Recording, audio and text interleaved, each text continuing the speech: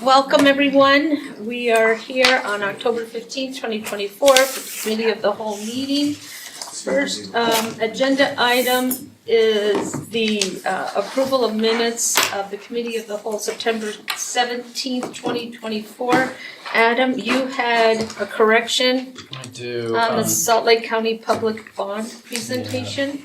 As a good fix, yeah, just the council. Okay, Oxbow, yep, with the correcting the Yep. spelling of Oxbow. All right, was there any other corrections that anybody have seen or anything like that on the Committee of the Whole minutes? None? Okay, then I will take a voice vote. Everyone say aye? Aye. Aye, thank you. Yeah, Okay. I need a motion. Someone give me a motion. I'll motion to approve the meetings for the Committee of the Whole for September 17th, 2024. And we have a second. And everyone say aye. Aye. Aye, thank you. Okay, well, there you go. All in favor, say aye. Okay, we have our first discussion item. It is a presentation on the Main Street USA program with Jen Keekel-Lynn presenting in 20 minutes. Awesome. Oh, yes! Can I plug this in? Yeah, sure. Okay. Come. Dining room table. We're eating dinner. Well, it's more than Just my use- size of dinner table. Now, is this a worker you brought with you? Who is it? So this is my awesome husband, worker, and a lot of people know that he's from Alaska, and then you guys have I the knew Alaska his connection. Parents in Alaska. Oh wow! Oh. So crazy small world. Kind of fun. Look at us, we're all going, oh. That means if I knew his parents, I'm old. And what part of Alaska? I was born in Nome and I grew up in Kenai. So he's long Kenai, Very pretty That's state. beautiful. What's It your is. largest fish that you've ever caught? The largest? Well, not on a line, but in a net. We caught a 98-pound king. They were calling So, Let's connect 98 to my pound king. phone. yeah, the record is We're gonna get- 97 eating help. caught on a line. Oh, there Caught you on a go. line sports fishing. So And that should how be would the you eat record. that? One Or bite at a throw it time. back in? One bite at a time. Which one is it? Yeah. Many steaks. Do you know? We won't connect to Well, welcome. Thank you. We love Jeff. I know, everybody does. It's, Yep. he's a good looker. That will connect.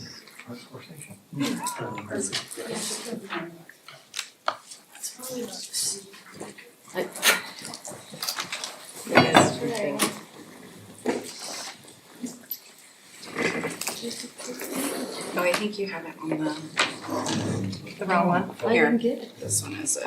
All of that was this. This one. I just got this. Can I put on this one? That was the power. I just got this. This, just my presentation. Okay. I have the connection. This USB-C should work, if not, I'll grab an adapter. Okay. She has an adapter. Okay. If you do, where's the? Don't be too. Yeah, just get it for Jen. I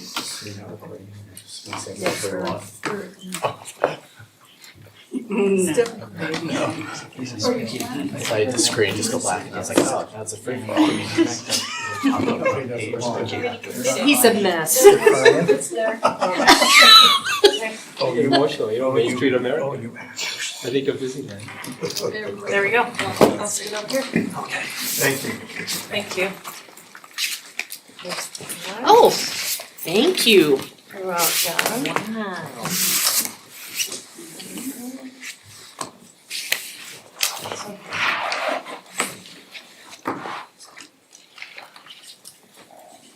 All right, sorry about that. So all of you, I think, probably know me by now. I show up here all the time. But for those of you that don't, my name is Jen Keekel-Lynn, and you just met my husband, Jason Lynn. Together we have 6 kids. We live in Murray. I am a 4th generation resident. We actually purchased my 100-year-old family property a couple years ago. So we're here forever. I also 10 years ago started a real estate company here in Murray, and then also 2 nonprofits here in Murray. And throughout the last 10 years of starting all these things and being really passionate about nonprofit and real estate and really searching for a lot of resources to be able to do all those things, I found that we needed a lot more resources in Murray for those of us that are starting businesses. And just over the years, I wanted to put together something that I could be a resource for those doing the same thing as me. And so I, about a year ago, started putting together a program, and I thought, this is a lot of work. It's like starting a new business. So while searching for different things to do, I came across this program called the Main Street America Coordinating Program. So I'm curious if you guys are familiar with this program. I am. Okay, so a couple of you are, so a good mix. This program, so there's 3 parts to it. So the Main Street America program has been around for 40 years. They have a network of more than 1,600 neighborhoods nationwide. A lot of resources, all the resources are available to states that maybe even don't have the program. So those resources are grant opportunities, helping businesses that are just starting up, those that maybe want to apply for an SBA loan, maybe they need help with financial assistance with renting a commercial space, all these things. So it's 40 years of history, proven, experience there. So then under Main Street America, we have what's called Utah Main Street. That's under the umbrella of the Main Street America program. It started 5 years ago in Brigham City and Price. And then currently, it's under the direction of the Department of Cultural and Community Engagement. Currently, they have 11 communities that are Tier 1 affiliates and then 7 that are Tier 2. What that means is Tier 1 affiliates, in order to be a Tier 1 community, you can apply once a year. And what that means is they are going to teach you about the program.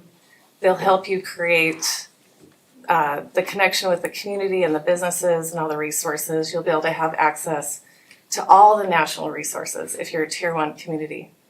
Now, a Tier 2 affiliate, they take those on a rolling basis throughout the year. When you're a Tier 2 affiliate community, you really dive in and have more access to the grants. You're able to then hire an executive director.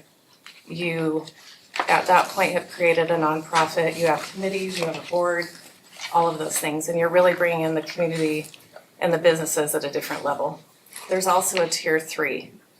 Communities can stay in Tier 1 as long as they want. Most stay for about 2 to 3 years.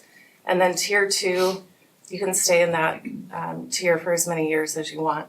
So the next part of this is because I was looking for all these resources, a couple of months ago, I met with the mayor and planning and zoning and everybody, as many people as I could connect with in the community. And under their support, and I had several recommendation letters, I did apply to be Tier 1 for Murray. So that's the third part. So now we are a Tier 1 Main Street community, which is exciting. And can we ask questions along the way? Please do. Okay, so what does this give Murray City now that we're a Tier 1? Excellent question. So in the folder, I have given information on their Tier 1 versus Tier 2. Tier 1.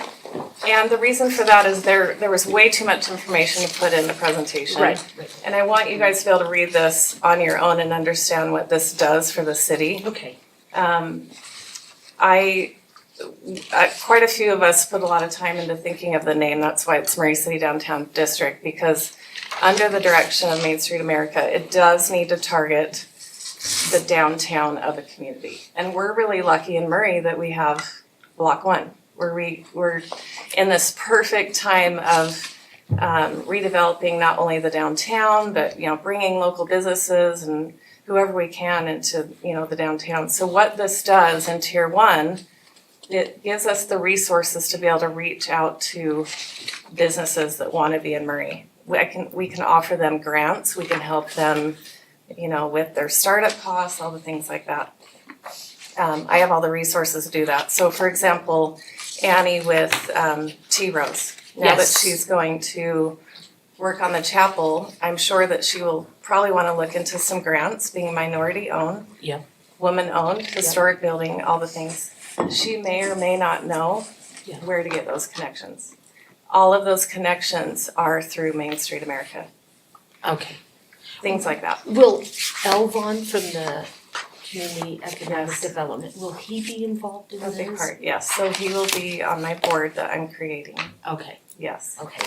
And then do we have to reapply every year to be tier one, tier one, tier one, tier one, and then eventually tier two? Do we have to keep reapplying for that? Yeah, good question. Not necessarily reapplying, just staying up on their, their specific benchmarks and things that they require. It's not necessarily reapplying per Okay. se. Just Yeah. making sure that whoever's on your department, whatever, that the city's meeting all their requirements to Right. stay on those tiers. Right. Okay. And the requirements are mainly on me or whoever's in this role. Okay. This is something that a business owner or a community member, they typically start it, not the city. And the reason for that is the city is, we want to take this off your plate as a business Okay. owner. Being a business owner in Murray, I understand, maybe the resources that I need, the way that I want to reach out to the community. I want to include the community and the growth of downtown. I don't want this to all fall on the city's shoulders. Really, it's the Okay. support of the city to be able to, in each of your districts, the businesses that that maybe are struggling, that need access to these resources, maybe some businesses that want to come into Murray, they don't know how to do that. They don't know where to find space to rent, space to buy, all the different resources like that. I want them to be able to have one stop. They can call me and then I can say, here's your contact at the city, here's your contact at the chamber, here's your contact at Coalition, all the different things. So one stop. Yeah. Forgive my ignorance, but first of all, I love what you're doing, but I'm seeing a lot of overlap with other, like the chamber, for example. Yeah, Are really. you seeing the same thing? Yeah, really good question. So I have, my business is a member of the chamber. They're great, and this actually would include the chamber. So the chamber does a lot of networking, a lot of events, a lot of things like that. They also have an outreach that's outside of Murray. So one thing about this is this has to be just Murray, Downtown Murray. only downtown Murray. Yes, so this would highlight only businesses in Murray. So as I create the nonprofit for this, the board members, the committee members, everybody involved, you have to be a business in Murray. You have to be a nonprofit in Murray. You have to be a resident in Murray to actually be a part of those committees and the board. Yeah. And so I think what's great about it is it really does bring all these organizations that are so amazing in their own right under one umbrella, because we all do something completely different. The chamber, they do a lot of great events and things, but again, it's not just based on Murray. And I think it's really important to have something that is just about Murray. I think, again, I'm a Murray business and I love knowing that I started my business in Murray. I'm not a franchise. I'm a local business and I rely on residents and people in my community to support what I'm doing and I want to do the same for, the local businesses in the city too. And the chamber doesn't have necessarily access or information about grants. I know that's something that they talked about when I was on the board. Right. Yes. So this would be a Yeah. little bit more like, Right. In the scope. And They don't have. They had a grant writer. We won't get into it. but not for businesses. No. They Yeah. do for themselves, but not for Yes. businesses. but not for businesses. And that'll be a part of this too, is I would love to get to the point where I can offer that service to businesses. Because, when you start a business, you take something that you absolutely love Yeah. and you start a business. But that doesn't mean that you're great at every part of the business, right? I don't want to do my taxes. I'm not great at taxes, but I'm very good at starting the business and doing real estate and all the parts of it. But when a business comes to me and they say, you know, like Annie, for example, Jen, I need a grant for woman-owned, minority-owned, you know, to do this building. I can research that for her and potentially write the grant for her. And you're a grant writer, I am a correct? grant writer. Because you just got licensed, or have you always been a grant writer? I'm trying to remember the I've, information that I was given about. I've written several grants over the years for nonprofits, Okay. and I am in a program to write grants. That's part of this Main Street program as well. Okay. I am in several, they call it the Main Street Institute. Mhm. It's actually a school within this Main Street America program. I've been doing that for several months before I got Murray City accepted. So I've already gone through the small business portion of that education. There's also a grant writing section of that. So I'm just sharpening up those skills so that I can help someone like Annie or Yeah. someone else that calls me and says, you know, I have this building that I would love to buy or rent. You know, what grants can you research, you know, for me? Again, a business owner isn't going to know where to get those. Yeah. They're not going to even know where to start, nor do they have time to do that. They need to run their business.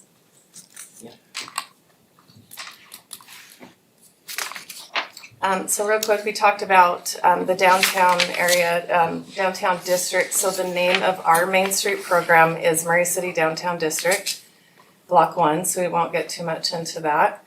And real quick, this is an immediate timeline that I've put on myself. This is not what they gave me.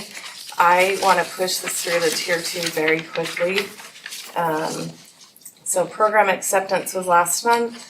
November, I will have the board and committees put together. I've already created a Facebook page, I have a website started, posting on Murray Citizens to find out who wants to be a part of this. I've already had a lot of citizens reach out, a lot of business owners reach out.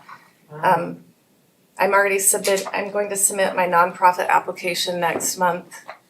And I plan to have that back by January. The turnaround on those has been about 3 months.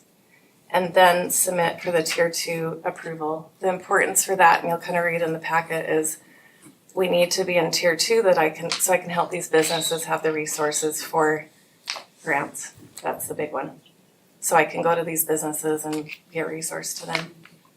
Now, the state offers certain helps in certain things like economic analysis, right? Do you have to be Tier 2 to get that? Or how do we start getting those things? Yeah, Tier 2 definitely opens up a lot more potential for state resources, absolutely. Think of it like this, Tier 1 is like, you know, being in kindergarten, you have great things you're learning about, but you're just kind of learning a little bit, and then you get in first grade and you really get to learn how to read and all those things. It's like that, so that's why I really want to push this to be in Tier 2 very quickly, so that I can have the resources and then come back to all of you, and you may have businesses that have immediate need for things, and I can't really do that if I'm in Tier 1. It's just all in, you know, learning just a little bit in Tier 1, and I don't want to stay there for a long time. I'm putting a quick timeline on myself more than anyone else is. So I want to push this through because I feel like Murray businesses need this right now. So I'm gonna ask a different point. What will the state give us? Because I know I've sat through a presentation about this, and they said there are certain things the state will give us beyond just grants. What are some of the things that the state will give us as part of this program? Really good question. I'm still learning about all the benefits, to be honest. The big thing that they've pushed for me are the grants. Okay. That's the big need that they have people reaching out for right now. But yeah, good question. Because they said, so ULCT, we'll talk about it later. I Right. sat through a presentation on this, and one of the things they said is they'll come in, do an economic analysis of what kind of businesses have worked in the past here and what can work in the future Right. in our downtown area. So, And they're coming to do a Utah Main Street. They are going to do a tour of Block 1 next week. Okay. If any of you want to be a part of that.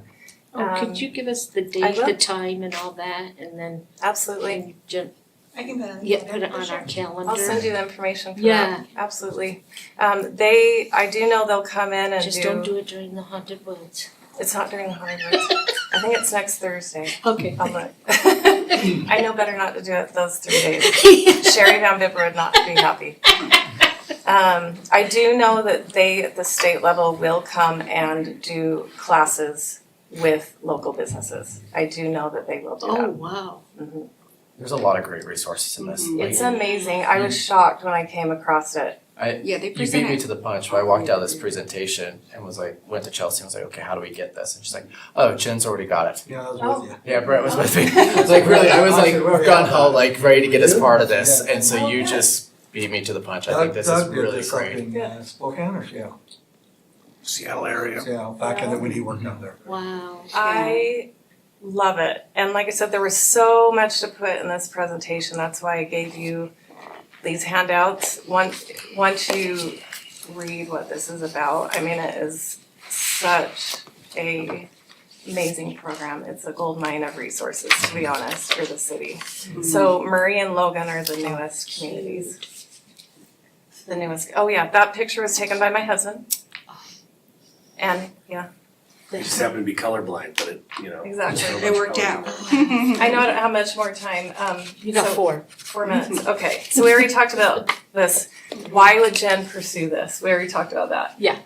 I just am really passionate about our community, that's why I'm here at all the meetings, that's why I'm doing this.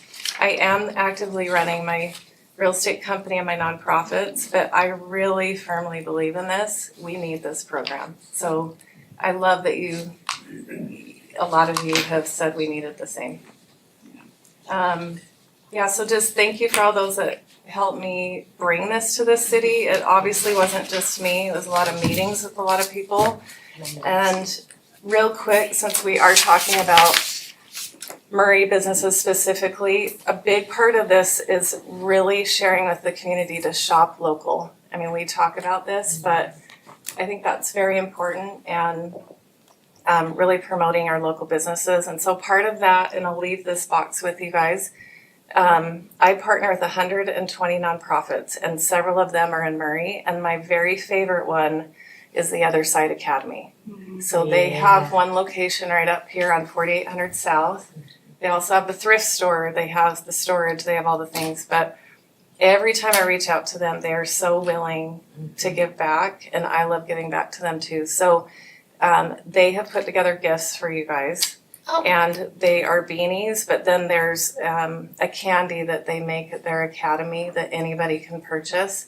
So it's just kind of an example of why we want to shop local, support local. Can you just take 2 minutes? I'm gonna give you 2 more minutes. Will you just explain to the council the Other Side Academy and where these guys Yeah, absolutely. and gals are coming from? I was at the ribbon cutting ceremony when I was first sworn in and Oh, okay. at their storage At the unit. storage unit. Yeah, Yeah, I went to that one too. just west of Murray High. Just tell the council exactly Yeah, where these guys and absolutely. gals come from. And definitely, if you aren't familiar with the Other Side, look them up. They help incarcerated individuals have a new start. So they have their main academy that's downtown. They have expanded into a commercial space right up here, right by the old 49th Street Galleria. Their thrift store, all the things like that. So what they do is actually, when you are incarcerated, you have to write a letter to the Other Side. So that's where it starts. And they only take a certain number of people into their academy. It's a very select few. And once you are enrolled, you have to be there, I think it's for 2 years, but you're learning life skills. They do just a lot of amazing things. But the one thing that I love there is they want the individuals that are there to learn how to create businesses. So they have a lot of different enterprises. So they have a donut shop that's out west. They have the thrift store, they have the moving company, they have a handyman company, they have all these different things. And so anybody can support what they do because, you know, not only do they give back to us, but we need to support them. I mean, it's got to the point now where we'll go to the thrift store, and I know a lot of these people, I'm sure my husband would say the same. I've been to a lot of the ribbon cuttings as well. Yeah. I've actually been to one downtown, walking downtown by myself and from the parking lot across the street, and they actually have escorted me down the street. I mean, they're just, Yeah. they are just the sweetest people ever. And Yeah. so I love supporting them whenever I can. And so that was kind of the natural one to call to say, you know, can you help me out with this? And they give. So just another example, Their like cookies are great. their cookies are amazing, you know, they have succulents, all these things. Yeah. So just another example of why supporting local is so important. You know, we talk about Tea Rose and Italian Village and all these great restaurants. You know, supporting the other businesses too and the nonprofits I think is really important. And that's what Main Street America does, is it brings the community, nonprofit, and the businesses together. How did you find out about this? Oh, a lot of research. My husband knows I don't sleep. Why? I We should meet at 3 in the morning. I know. My parents were both entrepreneurs and I don't know any different. I love creating things that make a difference and really bring me a lot of joy. And so I was trying to find something that was already out there, bringing all these things together, and I found it. And if I hadn't found it, then I would have just created it. So, but with 40 years, you know, backing it, that's, you know, a lot of great resources and history proven. And will you get paid doing this, or is this all volunteering? I'm just doing it because I want to. Okay. During tier 2, you can create a paid executive director position. That is part of it. They do give you the tools to do that. So in the spring, you know, hitting these benchmarks and all these things, you know, that would definitely be something, a potential that I may come to you and say, you know, now we're in tier 2. Is this something we'd be open to? You know, I'm doing this because I just know we need it. Yeah. And I love it. So, but they do have an opportunity for that if all of that's been created, if we wanted to get to that point. They move your stuff. They moved our daughter, and I'm telling you, these men are amazing. How they just, okay, we're ready, and I'm going. I'm still on box 1, and they're really. They're They are the other side amazing. academy. I can't talk enough about those. But that's just a good Guys and gals, example. yeah. We have all these incredible nonprofits Yep. and businesses in Murray, and I think, yeah, just you know, to wrap up, this is just another great resource. Just think of it as kind of an umbrella and extension of the city. So when somebody does start a new business, they get their business license, you know, they, you know, go through the city, then they can contact me and I can give them all the resources from one place rather than, you know, where do I go next?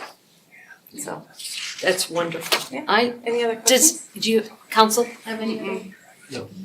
Very impressive, thank you. I can add to it, or you want me to wait till my ULCT report? ULCT report. Okay, because I'll add some things that they talked about in my Okay. presentation. Great, This will do. great. I feel like they present it every year. It's always one of those ones that is always there at ULCT. And when I did apply, just so you guys know, there are a lot of you that they knew Murray wanted it. So they have been very eager for me to push this through the tier 2 very quickly. The same as Logan. So we're both kind of on the same schedule to push it very quick. Well, 90% of the time, and you all know this, we're the ones that have to start something and beg someone to help us do this. Right. And Jen came to us and we're going, Wow. what do you want out of this? Yeah. You didn't say no. No, we didn't. Once you showed us, we were going, okay. You So did- with Elvon will be a part, participate. Yeah, That Elvon's is been great. great. Yeah, Elvon will definitely be on the board and, you know, the board, like I said, will, you know, be full of business owners, you know, those family-run, deep-rooted, multi-generational And this businesses. information will be up in the CED department, right? So they know when a business comes in, Yes. somebody will say, hey, listen, we have this. All of That's- that will be there. Yep, Perfect. and the things that I'm working on right away is there's a business resource guide, there's a box that will actually go out to all new businesses that will have resources like the chamber, the city, like all the things like that. Again, I just got the approval a couple weeks ago, so I'm still getting it all worked out, so. Amazing, amazing. This is great. Yeah. Thank you. Yeah. Thank you, thank you, thank you. Thank you We for your really support. appreciate it. Yeah, thank you. Thanks, Jen. Yeah. Okay, now we're on to discussion number 2. Discuss an ordinance amending section 17.78.040 and 17.78.050 and 17.78.090 of the Murray City Municipal Code relating to standards for detached accessory dwelling units. Zachary Smallwood. Good evening, Zachary. Hello. How are you guys? Doing good. Good. So, yeah, this is just a staff-led text amendment for detached ADUs. Every year, we kind of look at this as part of the moderate income housing plans and see if there's things that we can work on to make ADUs a little bit easier to build in the community. So this year, that's what we're looking at a few big things. Entrances, so currently the way it's written is it can't, like on a corner side yard area, they couldn't have an entrance before. I guess I can show slides, this will be just easier to explain if I just show the slides. So, let's see if it does that. Okay. So you can see here, these are the same slides I showed the planning commission.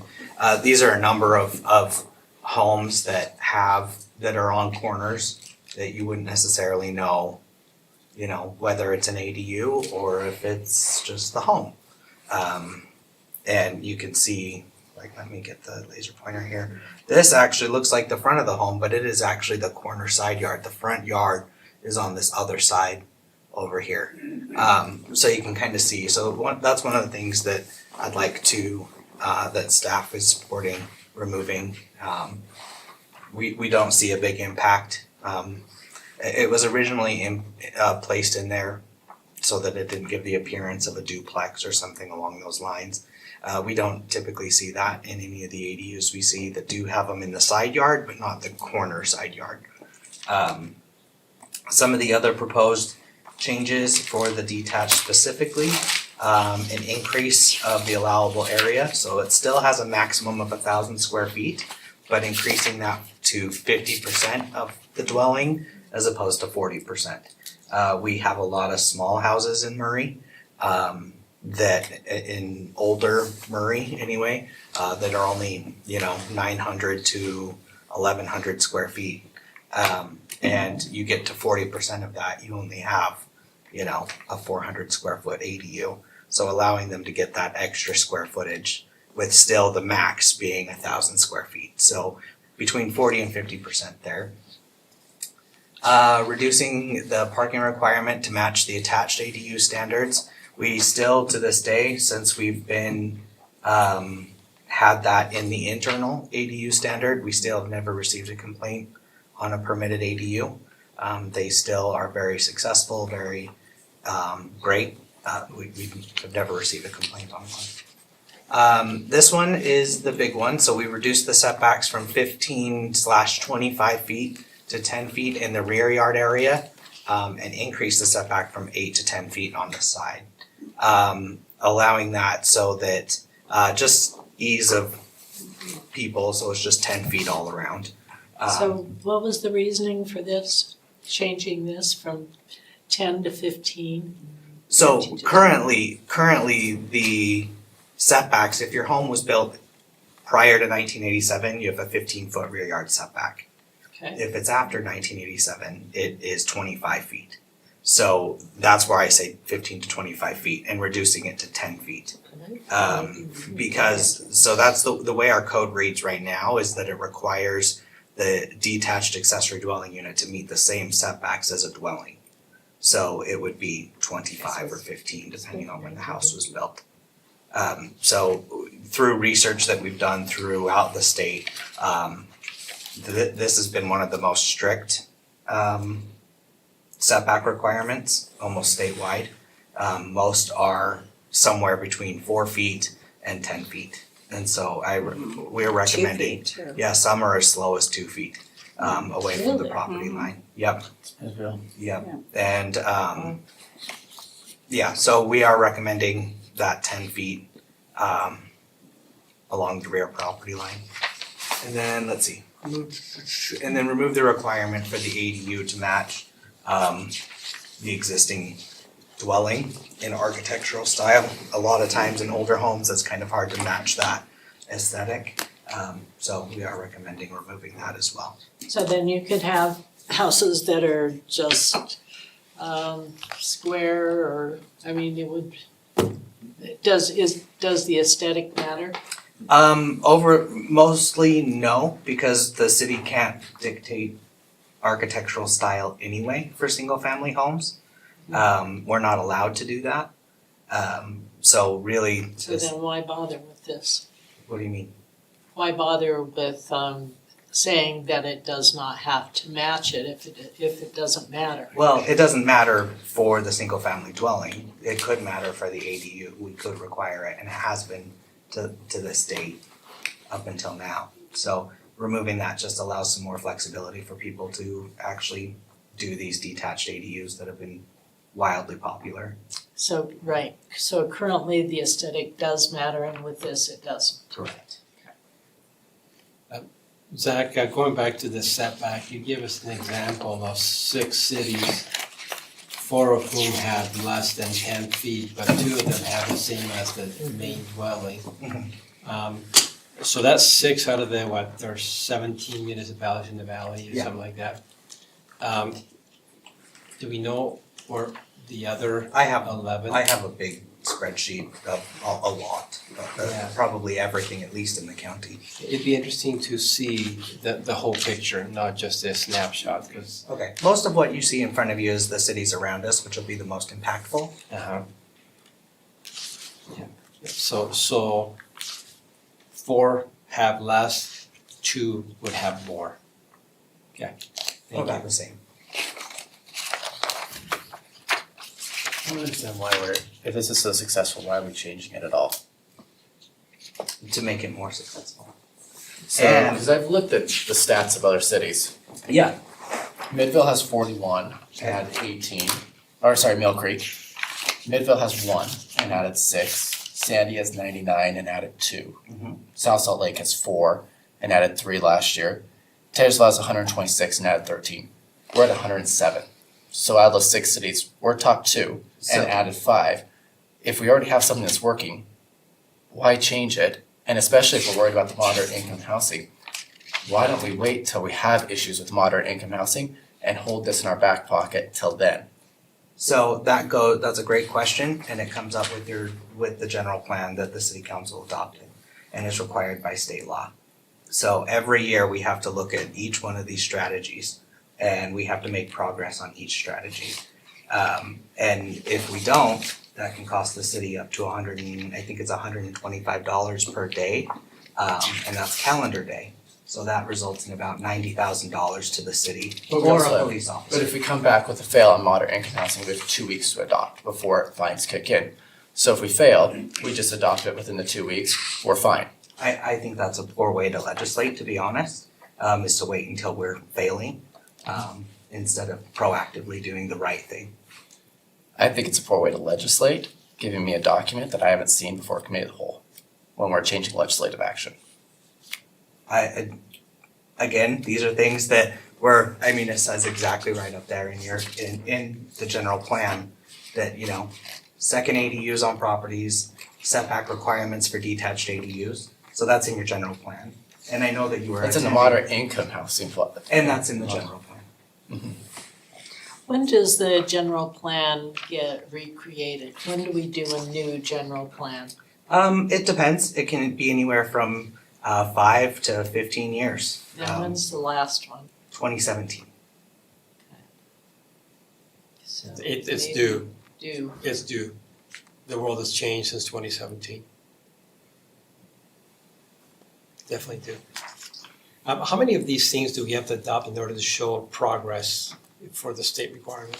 You have to follow everything that's in your moderate income housing. So if you look at the moderate income housing section, Uh-huh. you have a list of everything that's in there, and that's what I report back to the state. So a lot of it I'm able to reply on, and that's why, again, this would have been probably one text amendment, a lot bigger, but they require annual updates on everything. So Okay. I'm doing incremental updates every year as opposed to doing one large zone amendment.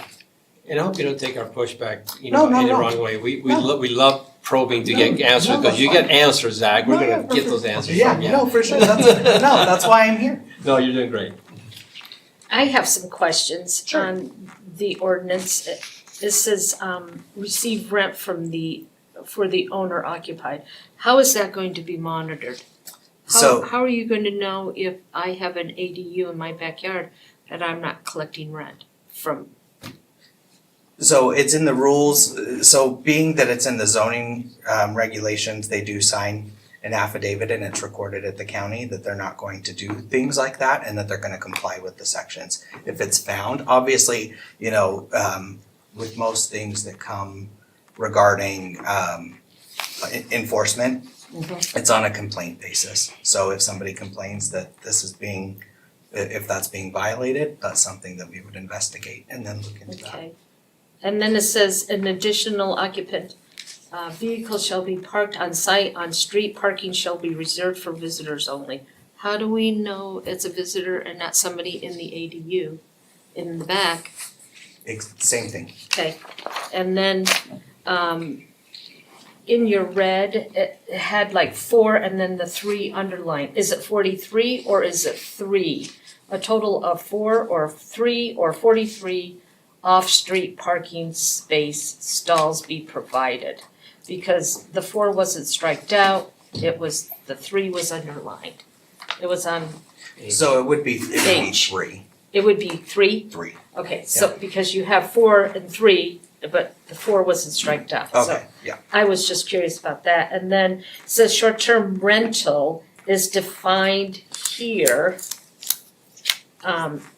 as renting all or a portion of a property for less than 30 days. So how will this be monitored if it ends up being a short-term rental? That's in that affidavit that's recorded at Okay, the so county. they sign that. They sign it, it's notarized, it's recorded at the county, so everything that's shown in there is, Okay. then we can enforce it that way. And the state actually did give us leeway on that, so even if there's a listing, so I don't know how familiar you are, but the state has a thing in there, so we can't go after people if they're just listing on a website. However, they did say that if it's an internal ADU or an ADU at all, if they are listing, we can go after them for that, because they did sign that affidavit. And then in your public hearing with the planning commissioners. Yeah. Commissioner Milkovich. Mhm. Okay, she asked if a roll-up door would be allowed, and you said what you wasn't sure, but believing that building code would not permit it. Yeah, How would that be handled? I mean, would you go out and check to make sure there's not a rolled-up door? yes, yeah, it would be Okay. done at a building inspection level, or before that, when they come in for a building permit, Right. we would review it at that point. Okay, I really think aesthetic matters, so, I think that's important. Okay. I have a question. Did we fail last year for our moderate income housing? No. No, okay. No. I'm Have still, we? well, sorry, I haven't received anything from this year's report, so this Okay. year would cover from August to August, so August of 23 to August of 24. From August of 22 to August of 23, we did pass. Okay. I'm just wondering, and how many other steps are we required and in what time frame? So every year we have to do something in each of the 5. We adopted 5, the city council adopted 5 strategies to look into. I just got out of a league, Commission on Housing Affordability, task force. And they did say that there's probably going to be large revisions to the moderate income housing, plan. For the next session? In the next session, that will probably require that to be amended, sometime next year. Can we revisit the wording? I think there's a little bit of problem with the wording in the one that starts on this page and ends at the other page, point A. I think one of the words there is wrong. And I'm not an attorney, so I'll, where it says, the sentence says, the property owner, which shall include title holders and contract purchasers, must occupy either the principal unit or the ADU as their permanent residence and at no time receive rent from the unit occupied by the owner. Correct. Owner? Yeah, so the owner cannot receive, sorry, what page was that on again? Well, there's no page number. Oh, okay, Yeah, so it's the first page of the ordinance at the very bottom, okay. and it ends in the next page. I know that .050. It's, sounds like the second owner should say occupant. But anyway, I'm not an attorney, I'm just kind of dropping that in there, maybe that should be looked at. And the other one we should look at, the wording is on the last page, where the signature page is, point A. It says, by applying for an ADU, the property owner shall agree that the main dwelling and the proposed ADU will not be used as a short-term rental. I'm thinking, my evil mind says, oh, that's saying that I can't use both, but doesn't say I can't use one. So maybe we have GL look at it, should it say and or? To make sure that one can't be used, because it's implying both can't be used.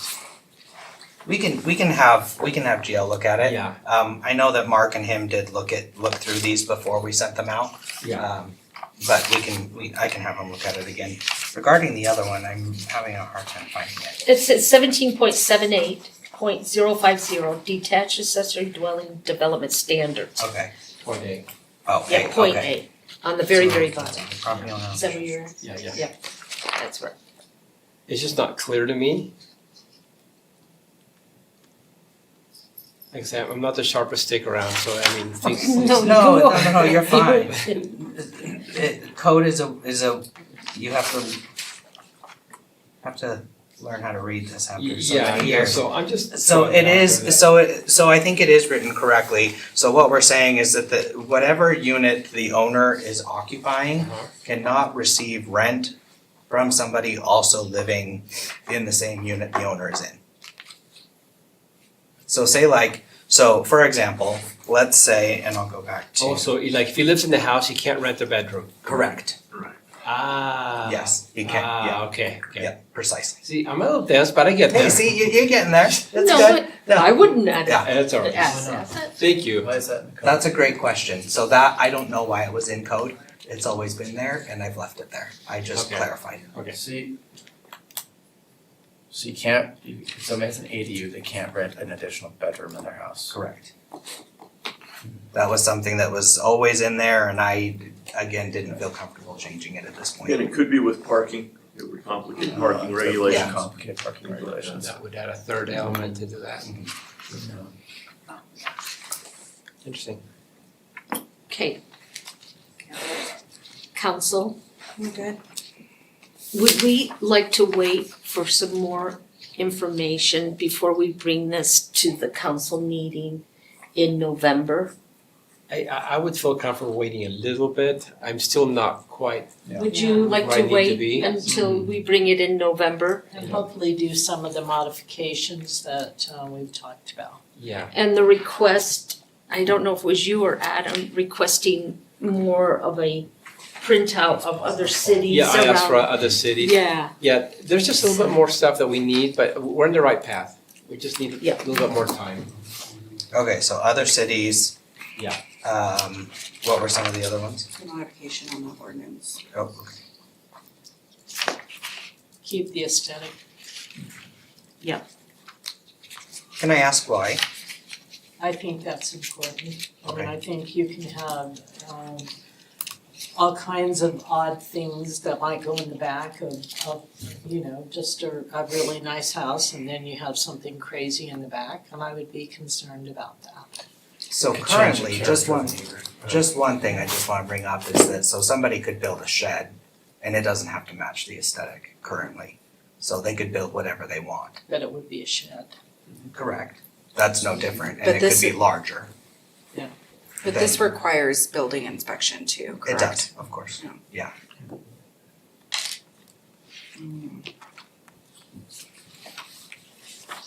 my shed looks like my house. We don't require even with like builds to match an aesthetic right now, do we? For what? Like in different zones? No, so for single family zones, the state has said we are not allowed to dictate materials or locations of windows or sizes outside of building code, things like that. And then make sure on that, Thank where you. it says 4 and 3 and 3's underlined, the 4 is dashed out. Yep. So it's not 43. Yep. Or whatever. Okay. All right, so we're gonna hold off. We're gonna wait for more information. And then Zach will come back to the committee of the whole, present things to us. And then we'll proceed either going to the council or we hold or whatever the council would like to do. Does that sound okay? Thank you. So you want it back Appreciate in committee hall on November 12th? Would we wanna come back on November Yeah. November 12th? I don't care. November 12. Okay. Does that give you enough time, Doug? You can tell the 29th. Yeah. If not, we can do it Yeah, we can hold it as long as it would be helpful for you, Zach. all right. And Zach, you've got the next one. Yep. Discussion ordinance amending, this is discussion item number 3. Discuss an ordinance amending section 17.64.020 and 17.064.090 of the Murray City Municipal Code relating to residential fencing regulations, setbacks and fencing between residential and non-residential zoning districts. Zach? So, yeah, this kind of came from a resident, but staff pursued the text amendment. There was so this is all regarding residential fencing. So our current code, you can see, is on your left-hand side on the slide above you, which doesn't allow for, if your house is within 12 feet, if your property line is within 12 feet of a driveway to a house, you're not allowed to put up any fencing whatsoever if it's on a corner yard. Thus restricting, some of the property rights of people on that house, for use of their own property. So, working with the city engineer's office, the attorney's office, and us as staff, we came up with, a new approach here, which does allow for someone to enclose that corner side yard section, but also giving them an adequate amount of space for that sight distance when they're backing out. Kind of gives it a 10-foot triangle when backing out of the house there, but does allow them to go into more of a 6-foot fence area. So this is kind of an example of what somebody without a driveway next door looks like. They can fence all the way around in the corner side yard. Here's one with a driveway next door. You can see they're not able to fence nearly as much of the yard area. It keeps it completely open. So that's why we've kind of recommended this change. Is 10 foot enough? Yeah, that's why we worked with the engineer's office to make sure that there was a good enough triangle there. That it Almost like of a car, isn't it? So about, yeah, you could yeah. almost have a full car. Almost, yeah, and then including, and this actually, we updated this language, so over here, this says street, this one says right of way, so it's 10 feet from the right of way, so it would actually be, this would, in more instances than not, would be like the beginning of the sidewalk. So you'd have the beginning of the sidewalk 10 feet in from that point. Yeah, so here's what it could potentially look like. These were things that I found in Murray. So technically these people are breaking the rules right now. But there's plenty of those happening all over the city. There's Their driveway? No, it's not their driveway. Oh, So it's the property, okay. the property next door Got it. right here. But this is kind of what it would end up looking like. I didn't measure this, but this kind of gives you the look Idea. and feel of it. And again, same type of thing. Yeah, so those are the proposed changes. A lot of the red text is because it was very difficult from a staff perspective to actually read these and explain them to people. They weren't laid out very well or parsed out in an easy way for somebody to understand what is allowed in the front yard, what's allowed in the side yard, what's allowed in the corner side, and what's allowed in the rear. So a lot of that is cleanup. So happy to take any questions. Do we have any questions? No, this is pretty common sense, I like it. Oh, yeah, yeah. We got a few in our neighborhood. Any questions? People are already doing it without the ordinance. Yeah. Yeah. And that's why the That's why I ordinance said when I passed. said, we have a few in our neighborhood. Yep. Okay, so we have no discussions for Zach on this one? No. Okay, perfect, all right. Now we are gonna go to our last one. It is the reports from the Utah Leagues of Cities and Towns. We're gonna start from my left and go around the table. We'll start with Diane and then Adam. Don't start with me. Hey, don't start with me. Oh, you can start with me. Okay, start with Adam, go. You have all of 2 2 seconds. Right there, yep. 2 seconds. 2 So I already seconds. mentioned I went to the Main Street program.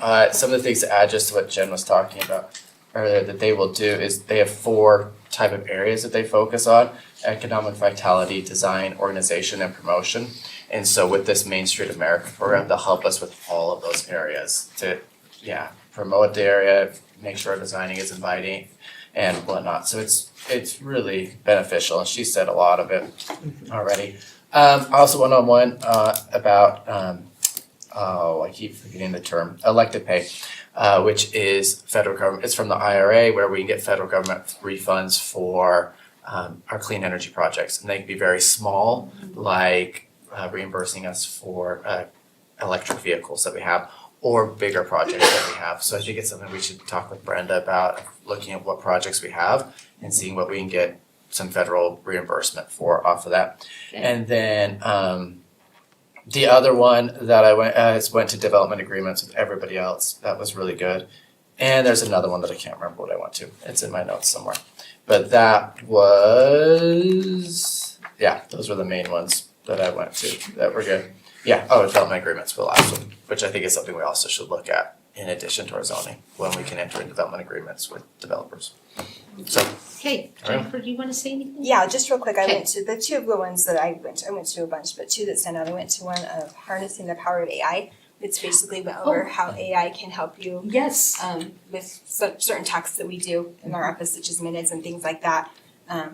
The state's got a pilot program helping, cities do certain things, which I wanted to look a little bit more into, but haven't yet. The other one I went to that I thought was really good was legislative procedures, and that's where we learned about the legislative process. Like, we learned about what reading a bill is, what a committee is, what the floor procedures are. It was really kind of good to get an overview of what the legislature, how it operates. So those are good too. Okay. A couple of workshops I liked is the creating conflict competences. They talked about, I quoted Erin Mendenhall, but she talks about politics. It's like Thanksgiving dinner. You got the crazy uncle, the outspoken, nephew, and she just says, I love the quote, stay at the table. Stay at the table. Don't get up, don't walk away, just keep the conversations open. I really like that. Yeah. Workup 2, I enjoyed a housing infrastructure tool, talked about PIDs, which I learned I'd never heard of them before, which is really, really a cool thing. Talked about first home investment zonings, how to finance projects, and then I went to issues of public safety. Okay. Thank Going you. fast. All right, I got a well, lot of thoughts here. I kind of went on my own. You guys kind of stayed together. I went on my own, and I enjoyed the keynote speaker, Jim Craig. He was amazing. He was the 1980 U.S. Olympic hockey team, Pathway to the Podium. He was an amazing speaker. I really enjoyed him. And then I took off and went into the AI 101, government harnessing the power of AI. And that one I got really, we have to be careful with AI. With guidelines, it's transparency when using AI, accountability, we are still responsible, fairness, unbiased, privacy, security, training, and legal.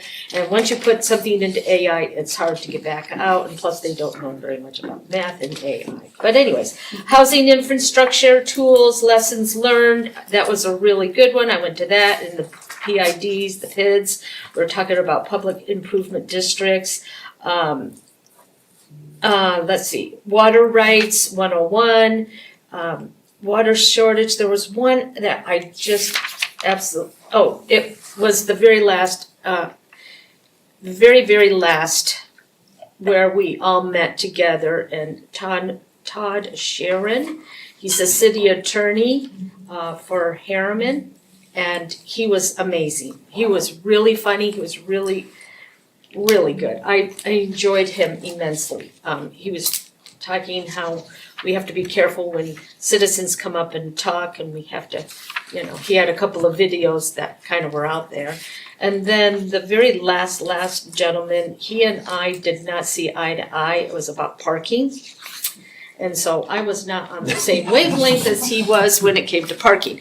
Anyways, and then we came down to voting, and I was the only one there to vote, so I voted for everyone. And I voted the mayor back in as treasurer.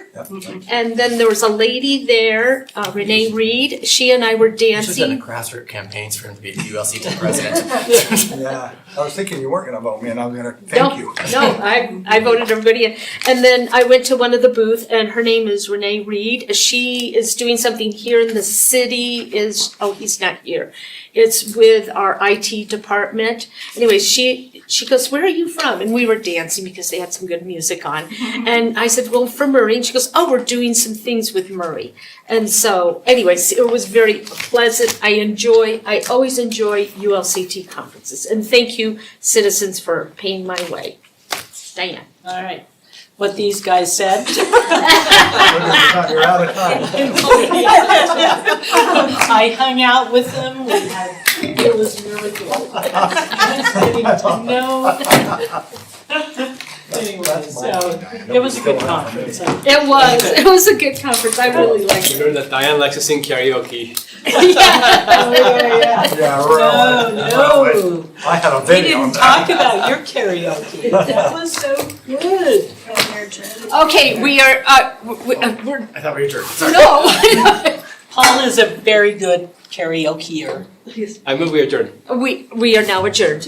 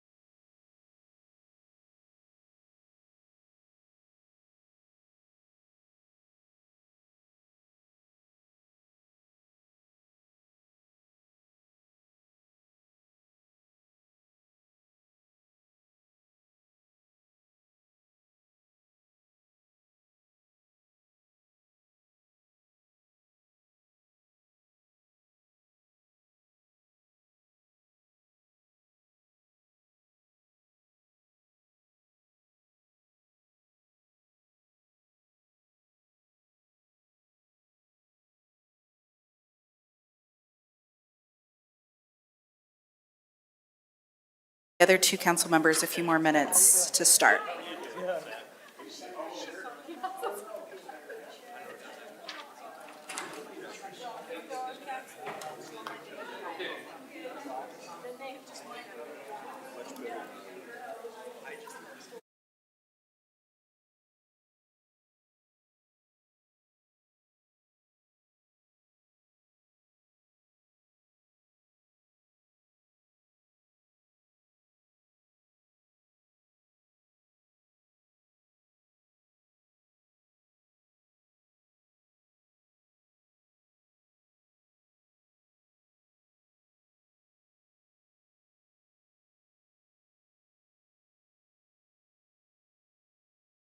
Great, thank you, everyone. We're going to go ahead and get started with our RDA meeting. We will be starting off with our first item. Everyone is here from the board. We'll start off with our first item of approval of minutes. Can I get a motion? Oh, goodness. A motion to approve the minutes for September 17th, 2024. I I'll second it. Okay, motion from Adam, second from, or, oh my gosh, Pam. Or Diane. I was gonna call you Patty. Well, that's okay. All right, Brooke? Ms. Turner? Aye. Mr. Hawk? Aye. Mr. Pickett? Aye. Ms. Cotter? Aye. Ms. Dominguez? aye. All right, thank you. We'll move on to item number 2, citizen comments. If you have any comments, please come up to the mic, state your name and your address, and also meet with Patty to fill out a citizen form.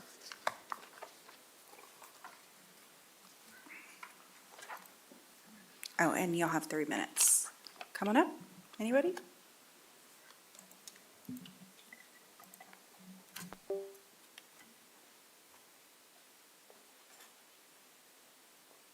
Anyone else? Okay. All right, we'll move on from citizen comments. Thank you. And discussion, that we'll go on to item number 3, discussion on fund balances from Brenda Moore, Finance Director. Okay, I'll be very quick because you guys really don't care about this. You're more interested in the City Hall project. But we need to, once a year, I come in here and tell you what's going on. So just the quick areas, just as a quick reminder, we have the ore sampling site. There has been some cleanup over there. There is a TIF agreement in place, but nothing is final until he gets a building built, which could be years from what I can see over there. Cherry Street, the increment collection has stopped. The ending balance as of 6:30 was 38,000. I'm talking to Trey to see if we have some sidewalk, that will be very small, little bit of sidewalk for $38,000. Or they're also doing a stormwater project in that area that we will use that for, and then hopefully we will close that out by the end of the year. East Vine, the increment closes in 28. The revenue last year was 58,000, probably be about the same this year, maybe a little more since we raised our property taxes. Transfers come for infrastructure repayment. We did have them pay for the portion of the Vine paving that was in their area, and we have transferred that to streets so that they can do another project with some of that. And the area balance was 173 at the end of last year. Fire clay, this is the big one. It's the one that's got the most amount of money. It's got the 20% low-income housing requirement. The increment collected was 1.9 million last year. The administrative fees are capped at 2%. They do reimburse the school district 12% of revenue, which last year was 239,000. 4 reimbursement agreements with a remaining balance of $6.6 million. In FY24, we paid out $756,000.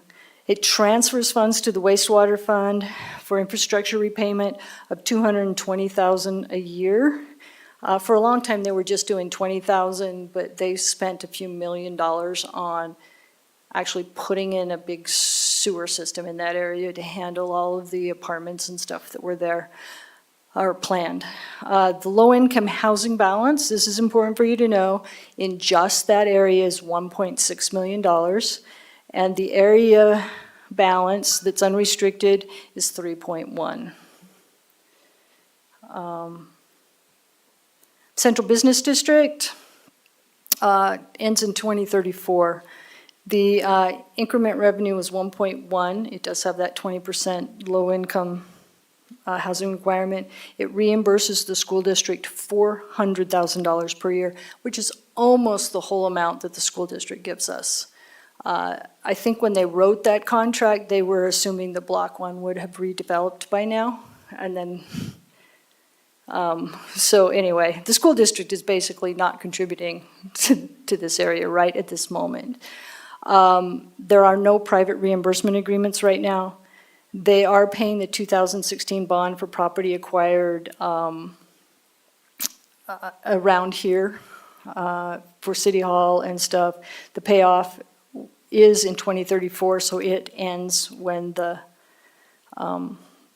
when the collection stops. The transfer comes from City Hall, purchase from the city to them for $325,000 because the city is purchasing the property that the City Hall itself sits on. Low-income housing balance is 1.5 million. It has an unrestricted negative balance of 813,000. So all that means is that the first $813,000 of whatever property we sell will be, make that whole, and then the other, however, $8, $9, $10 million, whatever we end up selling any of this property for, will be able to be used for projects. The smelter site, it has stopped collecting. Its low-income housing balance is $220,000. If you look, the sales tax to be paid in fiscal year 2025 for the homeless shelter that they withhold from our sales tax is going to be $220,314. It's going to match. I'm doing that so that their low-income housing will go away, and then we'll switch it and have Fire Clay pay that particular thing. The area balance unrestricted as of fiscal '24 was $2.8 million. So we will have $2.8 million plus a little bit of interest sitting there for whatever project we decide. And I think right now they're working on that feasibility for a bridge over State Street. See if we can do one. It's not going to be $2.8 million. I'm guessing it would be 10, but we could be the start. Just so total, the biggest number to look at in total, we have $3.3 million in restricted low-income housing funding that we will need to spend at some point in the future. Any questions? Okay. Thank you. Hey Brenda, I have a question. Uh-huh. The ore sampling site, how much longer is Jesse Knight Legacy Center? How much longer do they have time to do something with that? Yeah. I don't know. I haven't looked at the contract recently. I'm sure there's a time that's gonna tick. I think we extended it. Because personally, I don't think anybody else is gonna try and do anything with it, so Yeah. he is our last or only option right at the moment. And I don't know where they are in the cleanup. They have done a lot of work over there, and there's still a truck and a tractor and stuff over there, so yeah, I don't know what Because the I drove by status it is. just this week and I saw that. It's what got you some said. nice graffiti. So far, right now, it's not obscene, so it's a step in the right direction. There's So- a lot of cleanup too, I'm sure. I'm What? assuming. A lot of cleanup in that area. Yeah, Yeah. he's done a lot. All right, thank you, Brenda.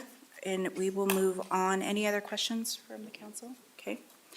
Or from the board? We'll move on to action item number 5, consideration of a resolution authorizing the amendment to the purchase, sale, and development agreement for the sale and development of real property located at 5025 South State Street, 149. Oh, sorry. Yeah. That's okay. We My have the bad. Triumph group I here. just, It's okay. I'm ready to move on, You're obviously. fine. You're fine. So item number 4, Triumph Group presentation on progress made on the property addressed by 5025 South State Street. Okay, and I will just introduce Jim Allred and his partners in the Triumph Group. They have a presentation for you, and I will let them take center stage.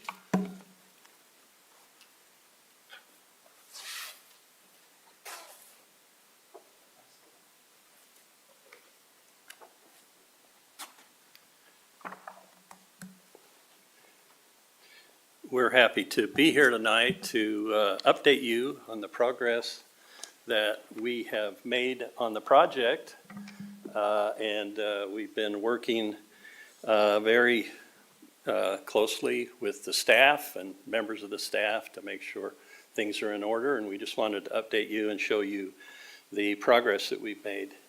Preston, would you mind handing out those? We got some documents here to give to you that kind of show a lot of the progress. Let's see, I'm going to try and get the right cable here.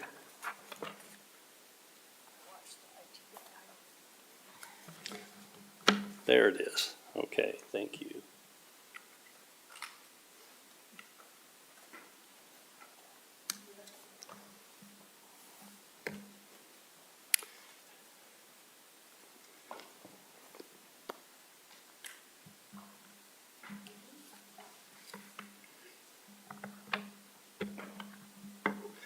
We thought that a picture is worth 1,000 words.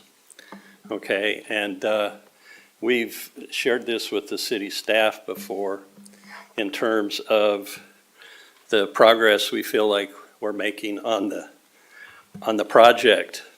As you can see, when our client asks, we can do it cheaper or faster. You can see what the results sometimes could be. And so we have put our heart and soul into the development and the design of this project, and in working with the local doctors, and have met with the board of directors of a lot of physicians and worked through this process. We've created a lot of drawings that give details of the exterior, and we have made a lot of corrections.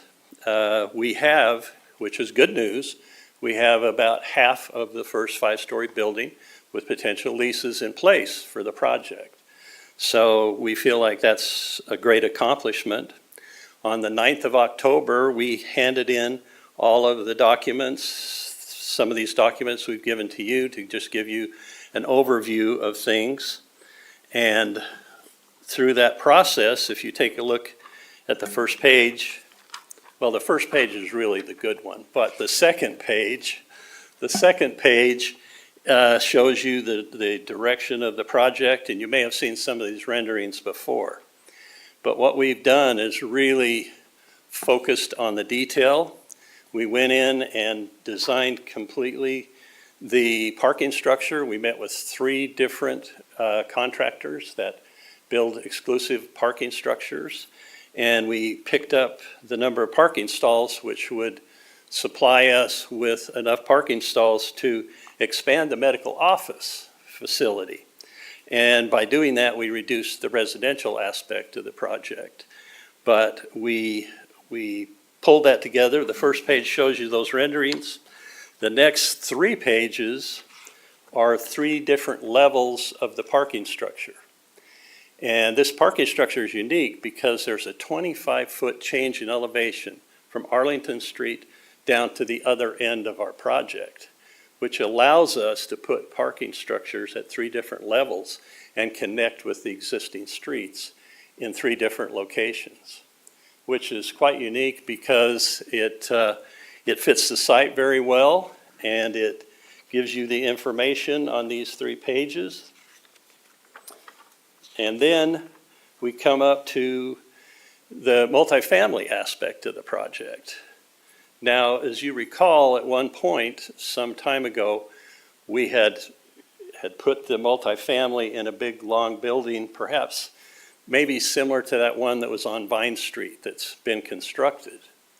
And we weren't real happy with that because that's a rental project. This is a for sale project. And so we split that into 2 separate buildings, okay? And these buildings have these floor plans in them, okay? I just wanted you to have a copy of the floor plans. There's 7 units, and uniquely, they all have good views out of them, and you can see they all have balconies. The one on the left is one of the towers. We pulled them apart so that people living in them would have good views of Murray Park, of the mountains, of everything that's around. And so that we feel like is a real benefit to us. You can see from this that we've worked on the tower. This is the best looking tower we've had. You've probably seen 4 different versions of it. In the tower itself, we do not we're not gonna put people in it, okay? It's just too difficult to meet the codes for heights. It's too difficult from a handicap aspect. We're gonna use it as a monument to our project. And so what we've done, and that's the zoning ordinance that we kind of fall under, that it's a monument to Murray City. And you can see it right there on the corner, if I zoom in on it. Now, we put a lot of work into that to make it represent the historical aspects of Murray City and some of the architecture that we've been able to participate in over the years with Murray City.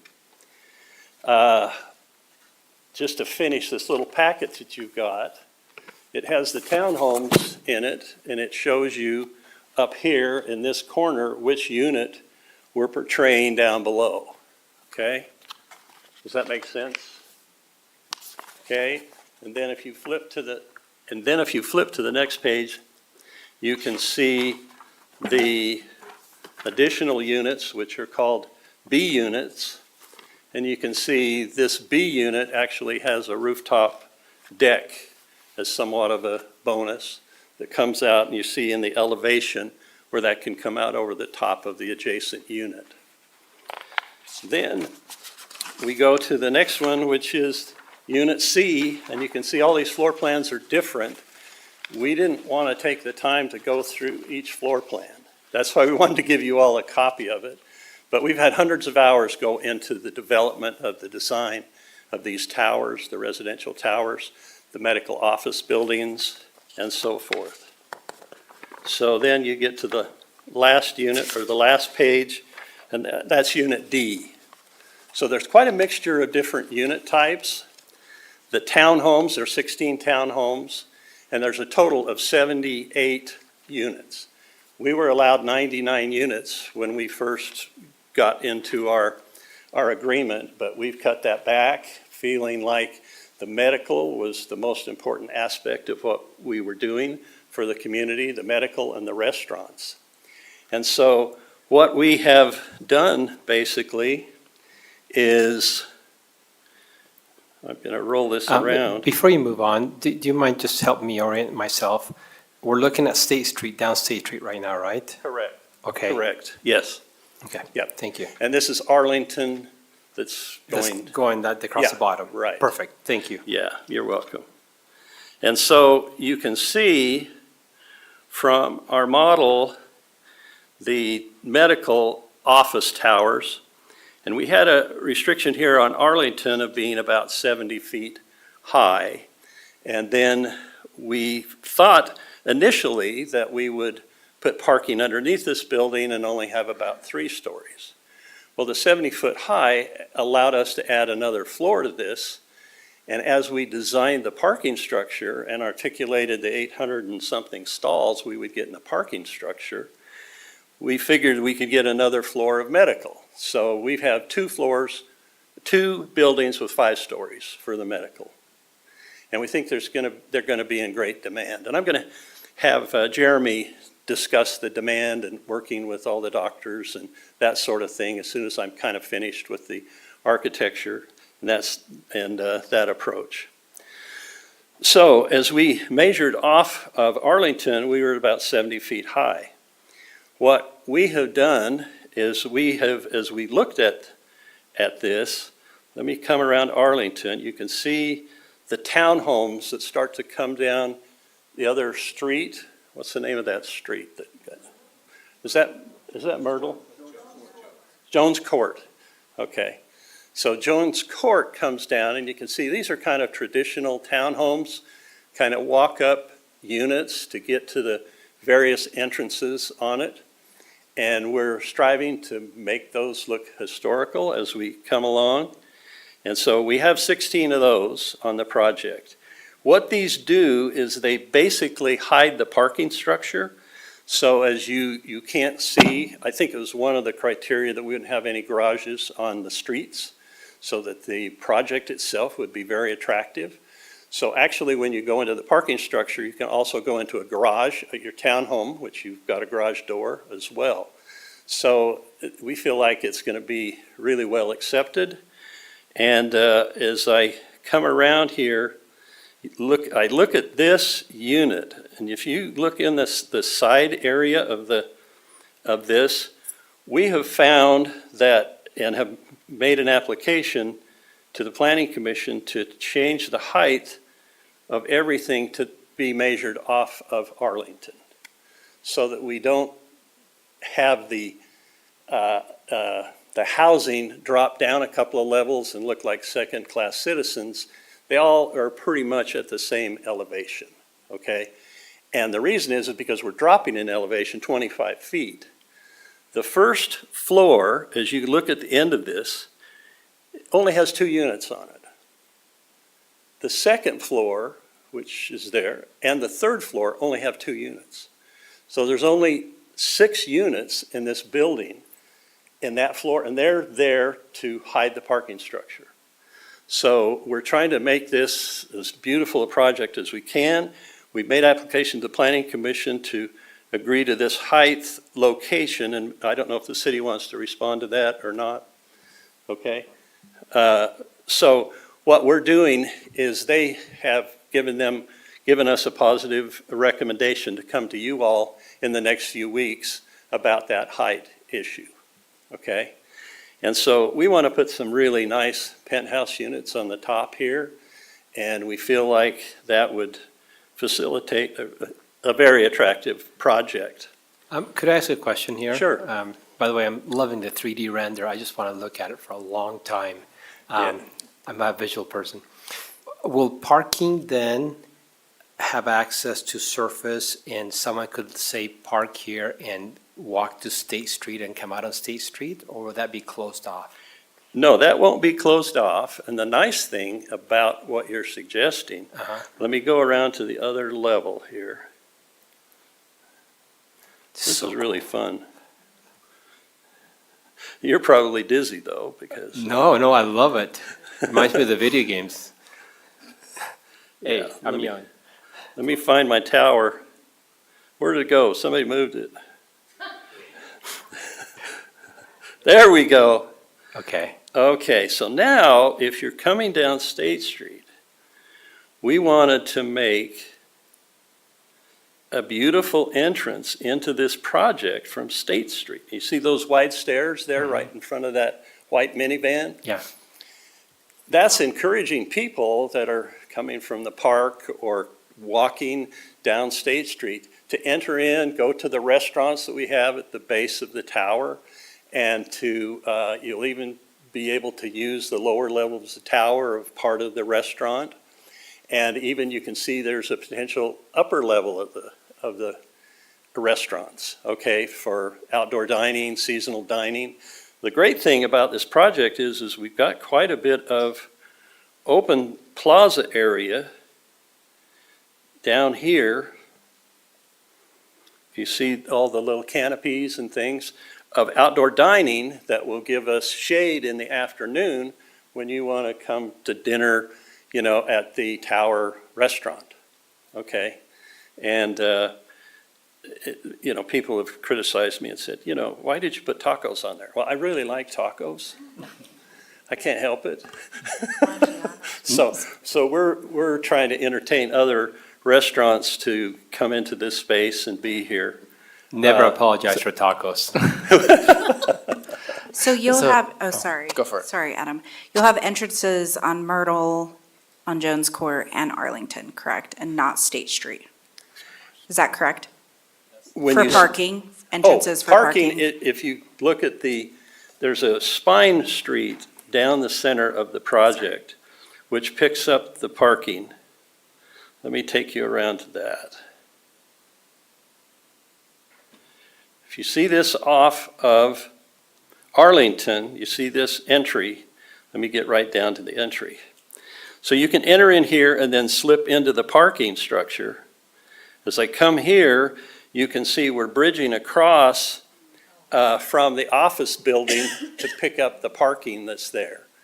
And we think in the evening, there's going to be a lot of parking here that's not being utilized, okay? And we have chatted with the city and said, hey, that might be kind of a cool thing if, you know, the theater opens it's not a very far walk for them to go. Jim, don't say if the theater opens, when.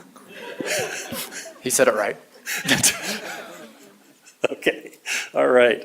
But I Fair still, enough. hold on. So. I don't have a question. The development on Vine Street, could those residents come in and park in here? We're going to take the lowest level, okay, and utilize that for the residents. And then you can see 2 more levels here where you can drive in past the office and park, and then drive up from Arlington on the top level. So those will be for the medical, could be for visitors, for the residential.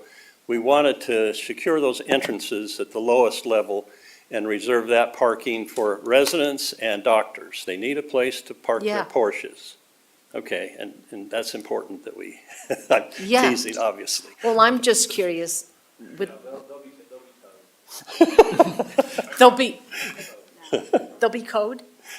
Well, we'll Code? secure, Oh. we'll Because, you secure know, that entrance. I mean, if they need a parking space and they see something over there and they're just right next door. Right. The parking is limited, during the daytime, and it will be. Oh, he's got to come. Oh, yeah, please come up to the mic. We can't, we have to Sorry, make Jim. sure the I think Jim was online thinking- audience. Sorry, Jeremy Lowry. Yeah. Parking is designed for this project and for the residences, and for the tenants of this property. So the lower level will be secured by some type of a parking, Yeah. a parking barricade. Yeah. And the upper 2 levels, if we have people parking there overnight, we will ticket in tow. It's not gonna be available for general overnight parking. Okay. If when people park there from, going from when the theater is built, we would welcome that. That'd be great traffic for the restaurants, but it's not designed to be overflow parking for the developments. Yeah, because I'm a little concerned that RVs could come and spend the night, Yeah.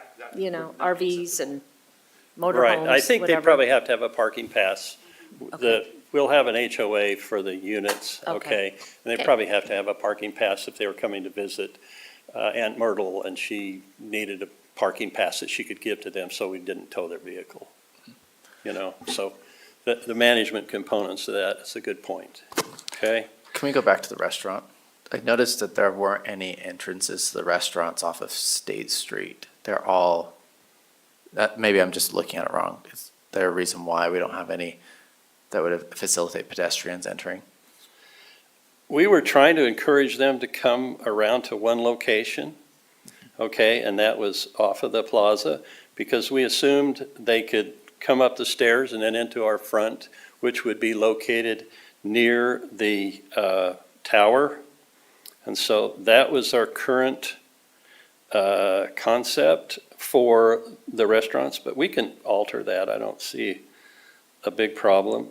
But you can see as we hone in on this, that we have some entrances there that could come in from that point. And so if we needed some off of State Street, and perhaps through zoning, we might get that idea too. Yeah, this plan, again, is basically conceptual. It's just been submitted to the planning staff for their initial review. And there will be a lot of comments about access and different features of the plan. So you will see some tweaks and changes to this for sure, but those are all identified in the ordinance, in the development agreement and the ordinance for the MCCD that governs this development. Thank you. The nice thing is we have this model, and the model's accurate to a 1/16 of an inch every 600 feet. I mean, the model is built off of the highest tech software available, and quite frankly, the headquarters for this is in Budapest. And it's used all over Europe, where being close and exact is very important. And we're fortunate enough to utilize it in our firm, which is very unique for any development.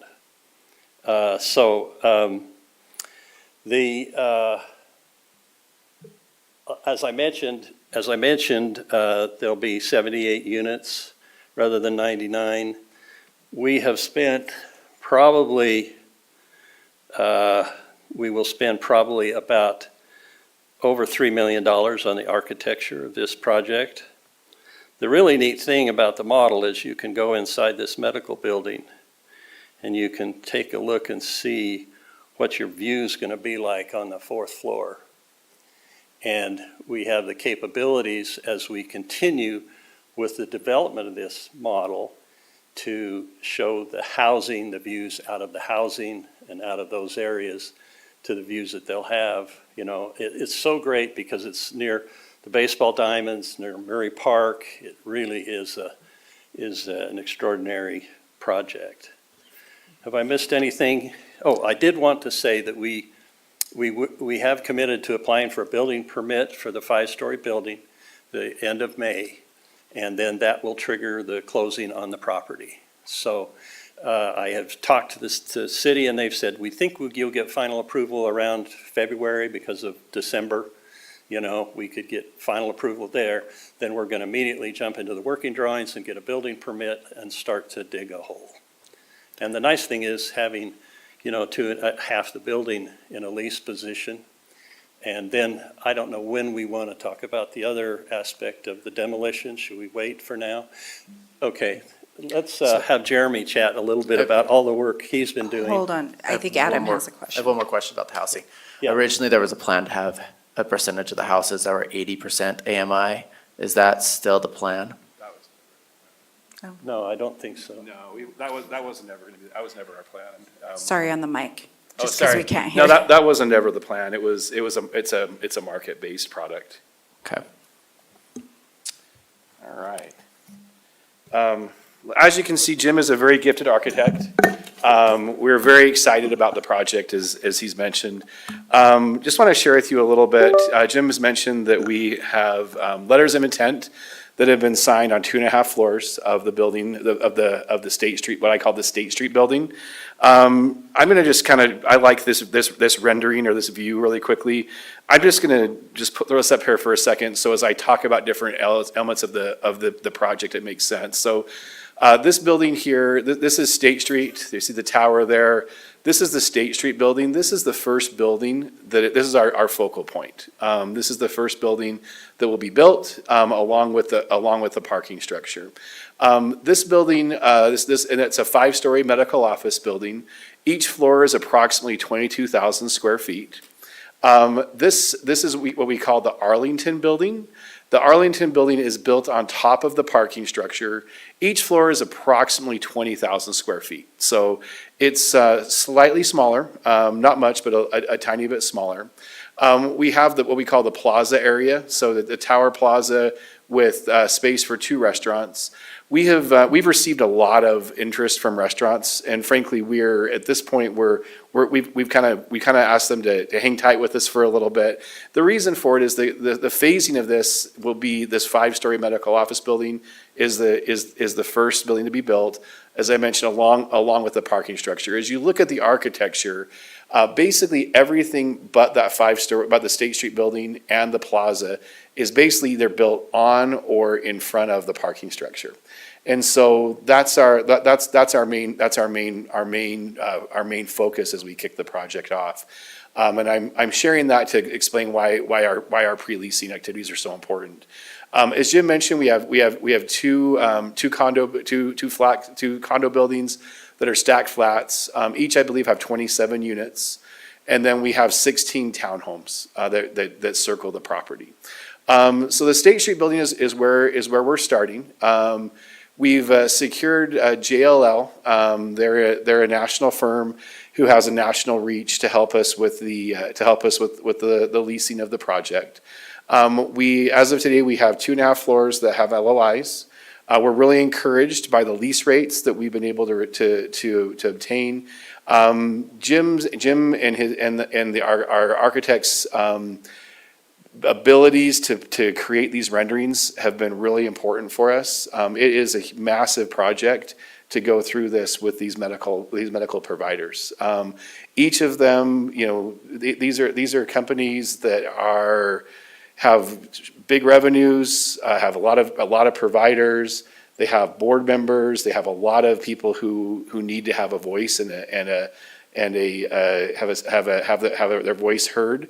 And so it's a big process to go through this. When we go through the negotiation with them, we're down to the type of key card access they'll have.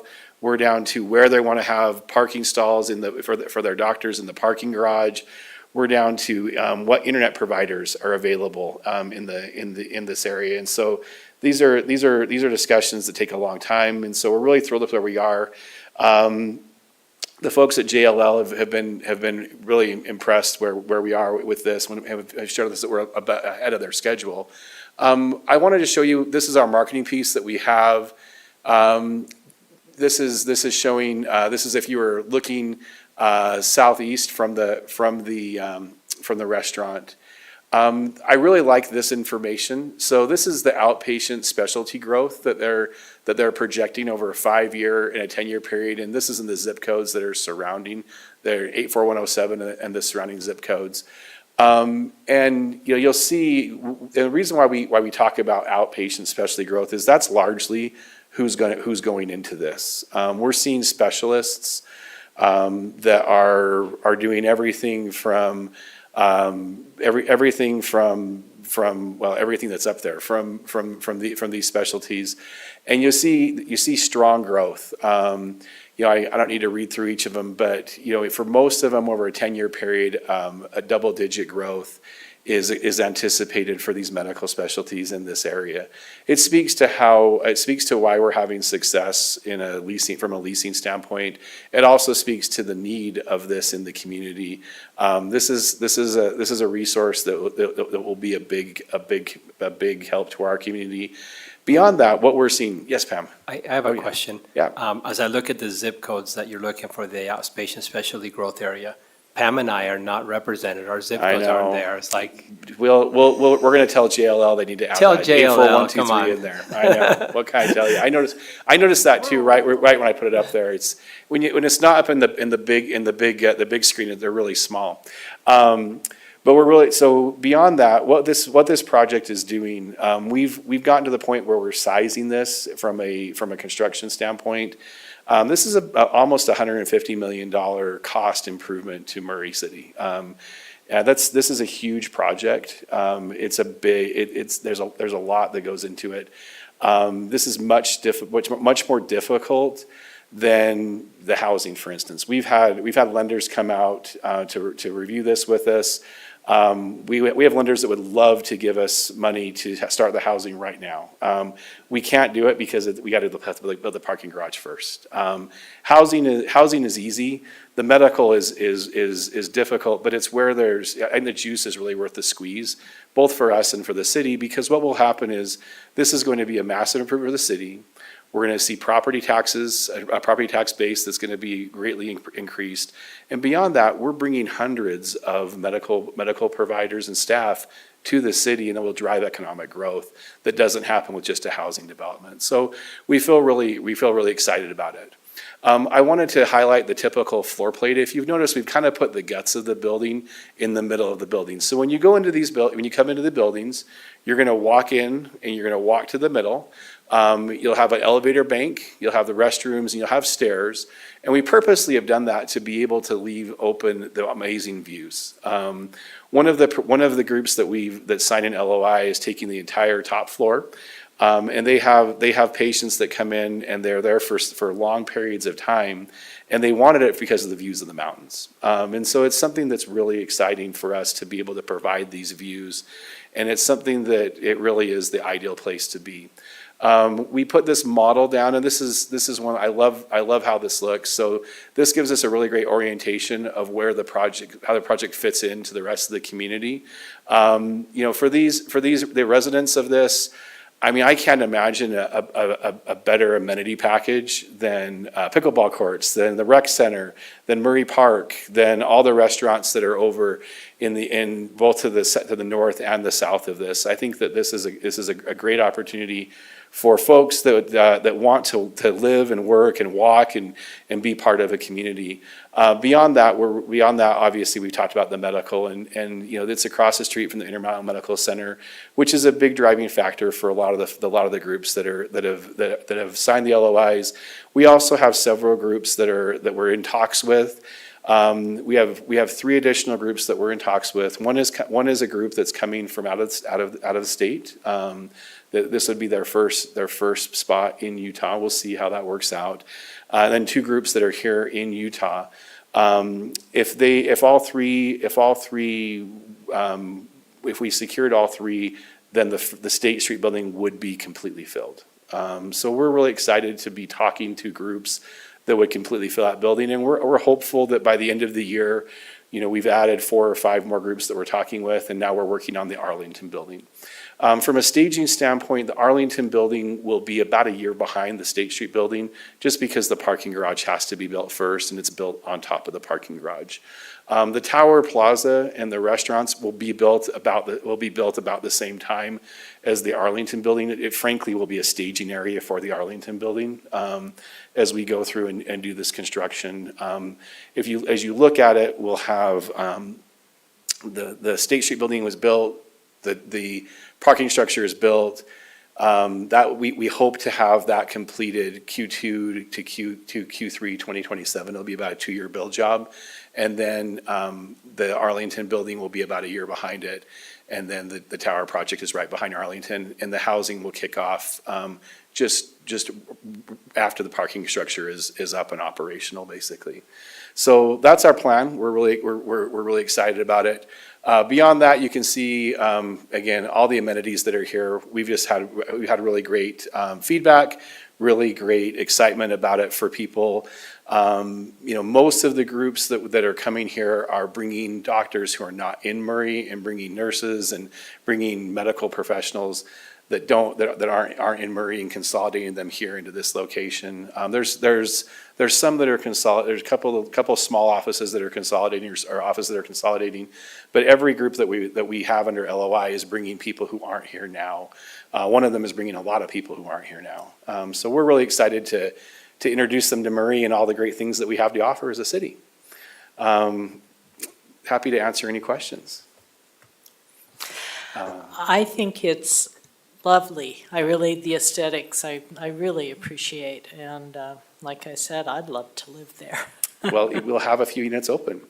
The thing that's been interesting, and Jim walked you through the blueprints. I want to take a second, if it's okay, Jim. I love these. Each of these are 2-bedroom, 2-bath units. All of them have a balcony, as you can see. And beyond that, all of them have a really great natural light. And so this is going to be a really beautiful project for the Stack Flats. For the townhomes, as he mentioned, we have different units. This is Unit D. This is going to be for the units that are closer to Arlington. Because of the slope, they're going to walk in, and their main floor will walk into kind of their family room, great room, kitchen area. They'll have a couple bedrooms down. They'll have a bedroom downstairs, and then a bedroom upstairs. And then this illustrates the garage that has some storage that's built into the parking structure. Sorry, I really do like these a lot. So sorry, Jim. I don't mean to steal your thunder. And then let's see here. Where are some more of them? Well, I may not have them all pulled up, but as you go down, you see we have a Unit A, Unit B, Unit D. This is the big one that has the big outside deck that we're just reserving for you, Diane. So it'll be great. It'll have an awesome view of the Ball Diamond. And I also like the tax base. Yes. I mean, that will be really helpful.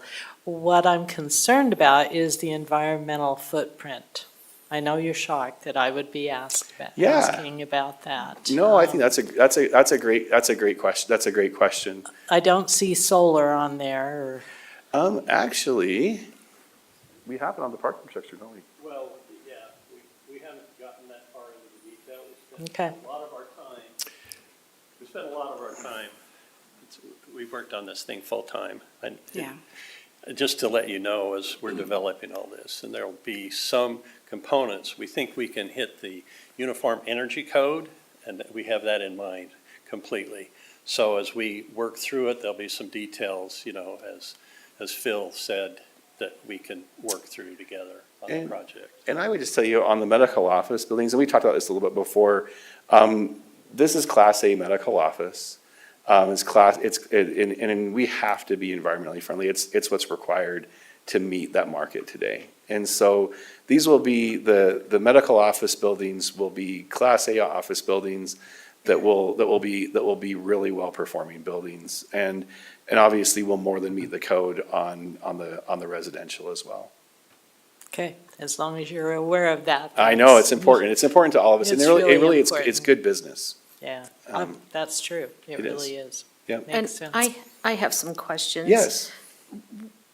What are the heights going to be on the north side, north, south, and east, west side? And Jim, do you want to come up here? That's a great question. Probably can show you. And you guys aren't gonna come back later on and say, on State Street, we're gonna go a little higher. We're not. No. In fact, You if ha- you see you'll the s- difference between the State Street building and Yes, you see the other one, we are sticking with here where it's not a radical drop in the Right. topo. We're making the State Street building a little shorter than the one that we're allowed to because it faces onto Arlington.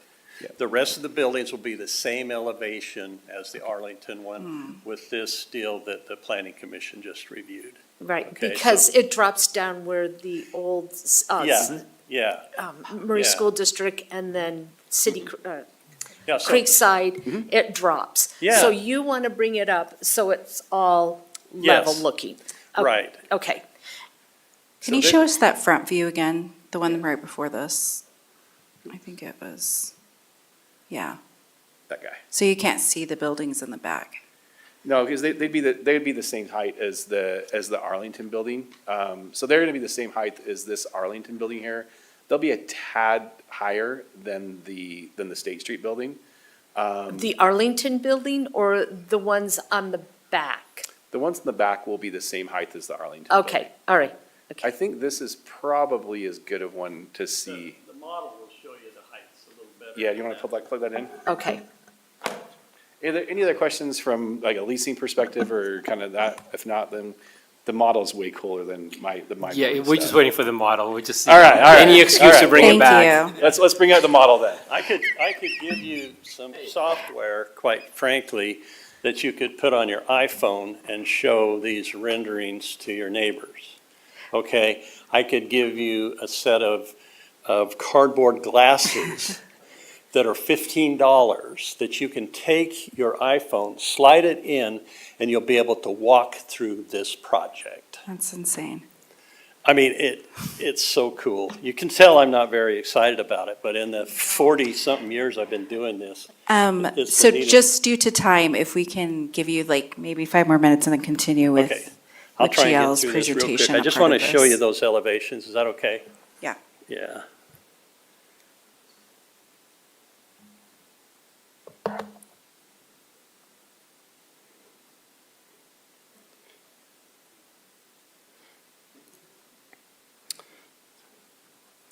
There you go, right there, I think. Yeah, and so we're just trying to keep them all in the level portion.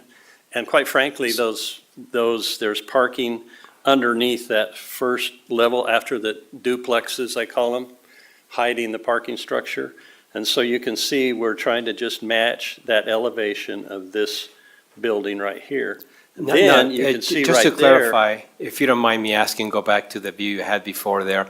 You're not raising the townhouse height. That, it is what it is. Right. It's the condo heights that Yes. matches the front. We're trying to sell Yeah. them as towers. They're tall enough to get good views out of them, Yeah. but we Yeah. didn't want to be obnoxious with it. But if I'm buying a condo, I'd love to live in a tower where everybody has a great view, 180 degrees all the way around it. And that's why we didn't elongate these buildings, because that's just a long hallway with people looking in two directions. We want them to look all over, okay? So that they have better views. Thank you. Thank you. Any other questions? We I still, just want to make sure that the height is going to stay what it is, and it's not going to increase on State Street or any, like, it is what it is. It is what it is. Okay, and you're not going to come back and ask for more height?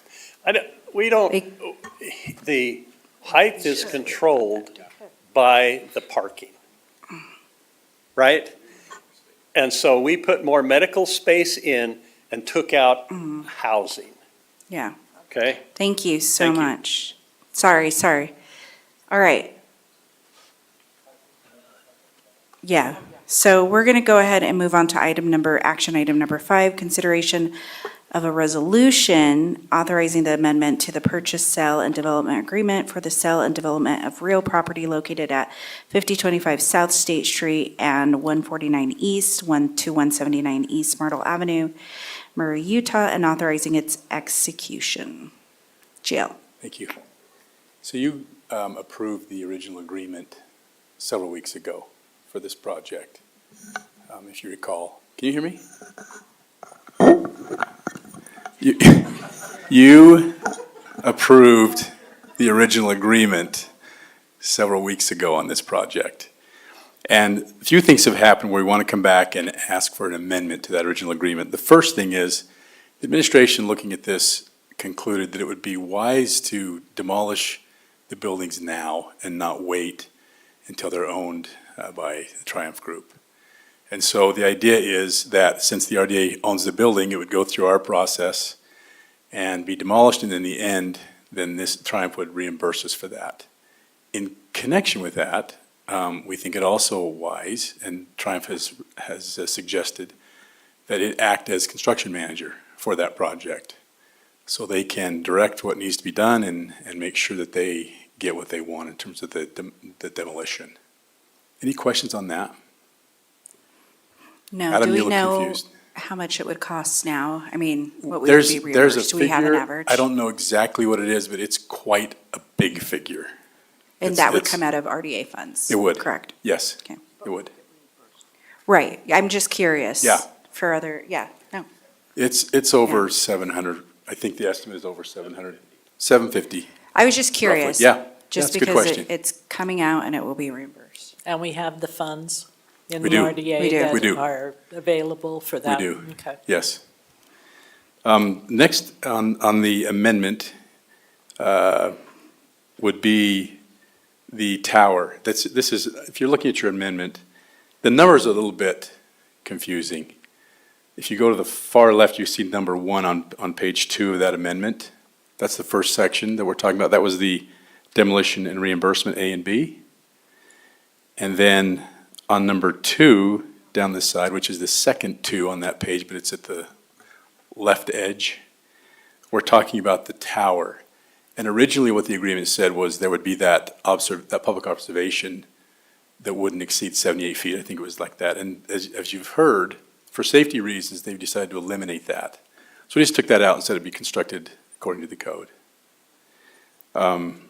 After that, you come to that part of their conditions of conveyance will be that they reimburse the RDA for costs of demolition. And then finally, we looked at the closing date and asked for a bit firmer date.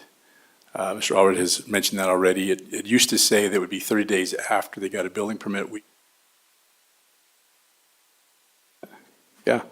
We asked them to put a date in there. So as of May 30th, they need to have applied for a building permit. That'll come to the city, that'll be with the city. Then after we issue that permit, they'll have 30 days to close. So that gives us some sort of target date and a little bit more of a firm timeline. Those are essentially the amendments. All right, thank you so much. Any questions on the board? I was concerned about the January 15th seller disclosure deadline, but that doesn't matter. So it's a good question. So they've met that. They've got the due diligence So period everything done. has been met that, Yeah. up till now? That's not an issue. The only Okay. issue now is when we'll close. Okay, great, thank you. Okay, thank you. Any other questions? All right, I will take a motion.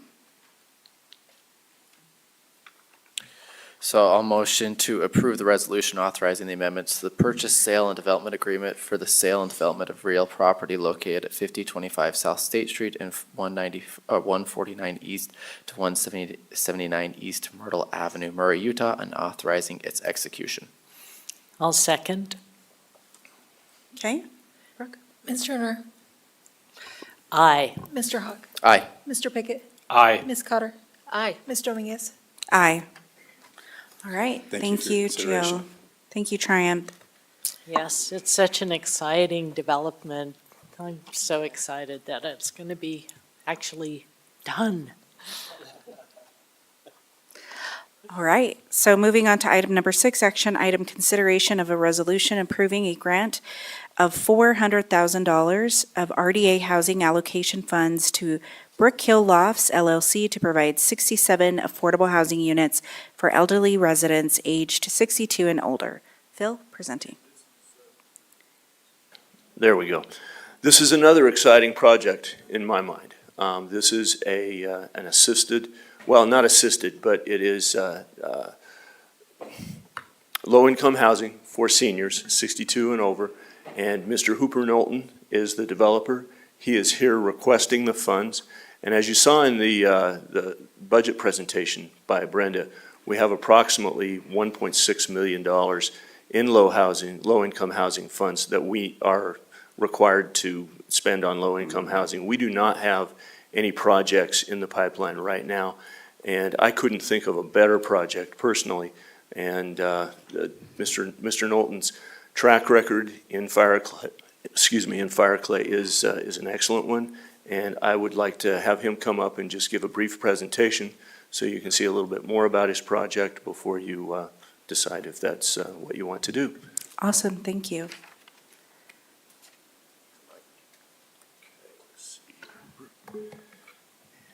Yeah, Isaac, get it right the first time.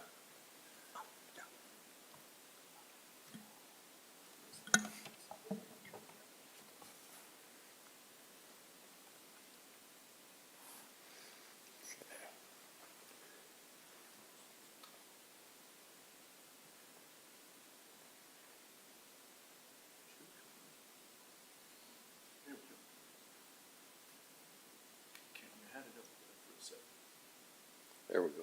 Is that up now? Be on the screen in front of you. There we go. Okay. Brook Hill Apartments was commenced back in 2011.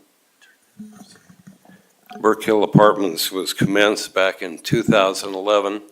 We have built Brook Hill Phase 1, 2, and 3, which now comprises 307 affordable apartment units.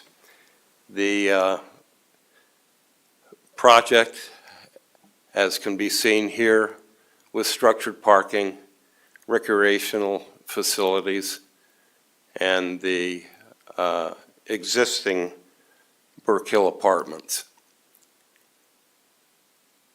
What we are proposing is to build Brook Hill Lofts, the yellow portion, which is Phase 4, which is on the northeast corner of Fire Clay and Main Street. That project will be 67 apartment units, 15 will be studios, 42 will be one bedroom, 10 will be two bedrooms. Of the 67 units, 14 units will be at a 25% AMI affordability, 7 units at 35, 42 units at 45% AMI, and 10 units at 50%, for a weighted AMI of 41.74. And for very low income, 31% of the project will qualify. These are architectural renderings. The project will be permitted, and we anticipate drawing a building permit within the next week to commence construction. But you can see the various architecture that is proposed. This is looking northeast from the intersection of Fireclay and Main Street. This is from Jumer Avenue. This is from looking southeast from Main Street. And you can see we have a very robust outdoor amenity component on the second floor. The parking will be a podium parking, and so all parking will be underground or at grade level within the building. This is the entry to the project. This is the lounge and leasing area on the main floor. This is a collaborative working space area off the lounge area. This is the second floor amenity area. And again, you can see the design of the amenity component on the second floor. We will have covered underground parking with electric vehicle charging stations. There will be a fitness and a yoga center. There will be a full kitchen for entertaining and parties in the amenity area. And we'll have patio decks. And we will also have studio apartments with full kitchen units and baths. The studio units will run anywhere from 375 square feet to 475 square feet. So as I indicated earlier, again, 67 units with a component of a weighted AMI of 41.74%. 14 of the units at 25% AMI are for homeless and nearly homeless with full case counseling services from First Step House. And this is being provided by the development entity at no cost to those tenants. Burke Hill Lofts Apartments received the federal and state tax credits in December of last year. On our state credit request of $10 million, we were only granted $6.75 million, leaving us a deficit and capital stack of about $3.2 million, resulting in a final capital shortfall of $1.4 million. To cover that shortfall, we have taken the land on a carryback note for $1 million for 15 years, and we're looking to hopefully secure from the Fireclay RDA $400,000 to close the capital gap. The project is subject to a LURA, Land Use Restriction Agreement, for 50 years recorded against the property from 2025 to 2075. During that period of time, all units must be affordable.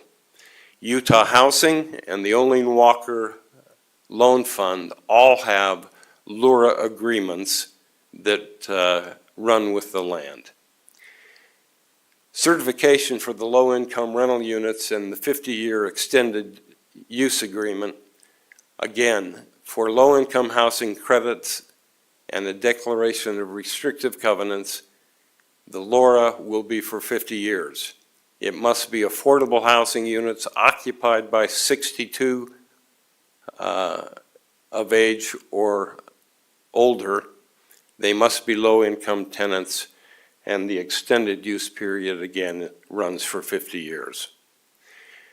Moving back, I hit that twice, but that was the receipt that we received for our $433,000 payment to Murray City for the impact fees. So we're ready to go if we're successful in being able to persuade you to provide for us a grant out of the Fireclay RDA funds.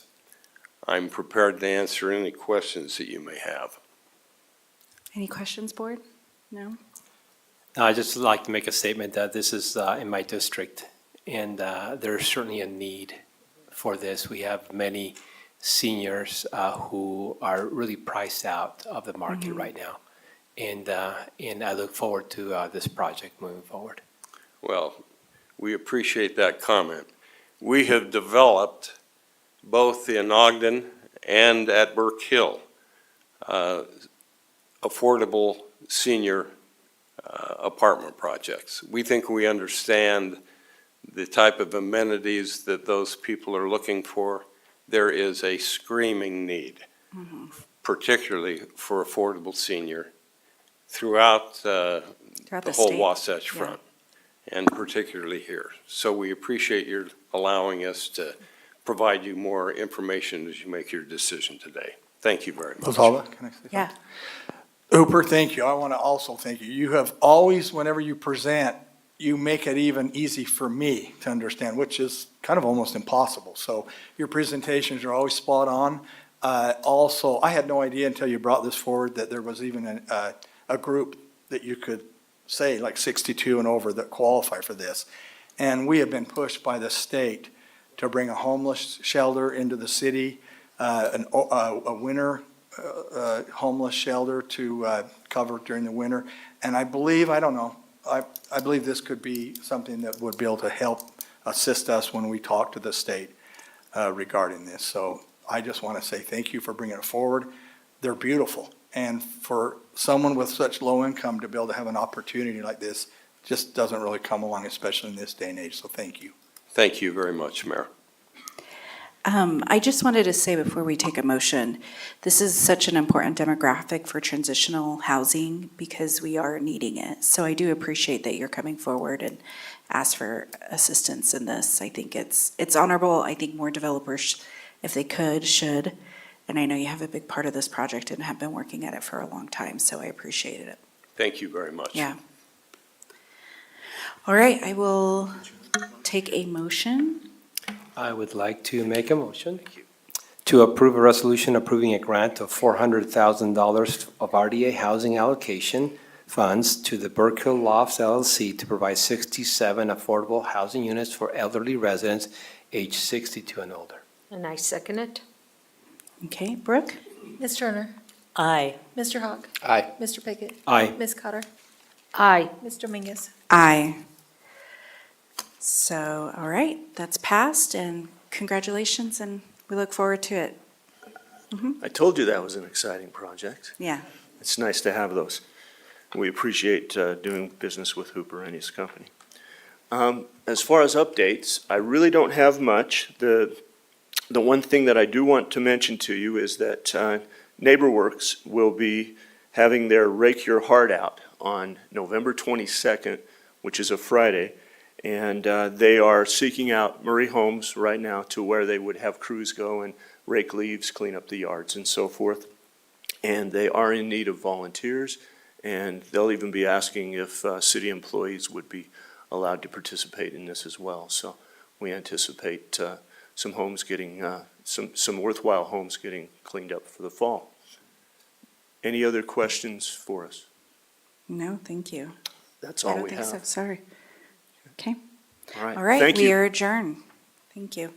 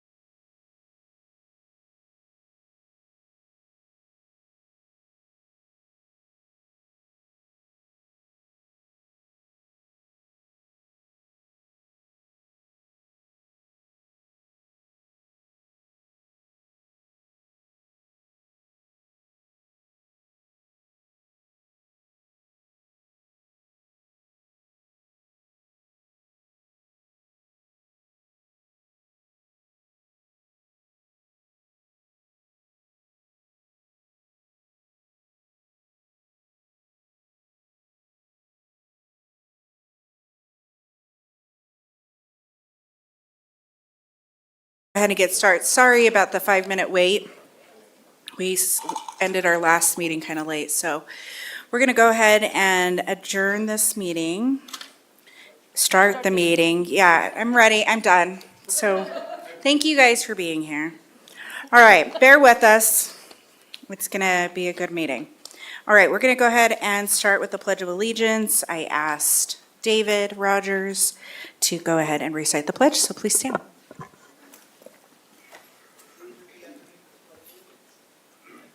Pledge allegiance to the flag.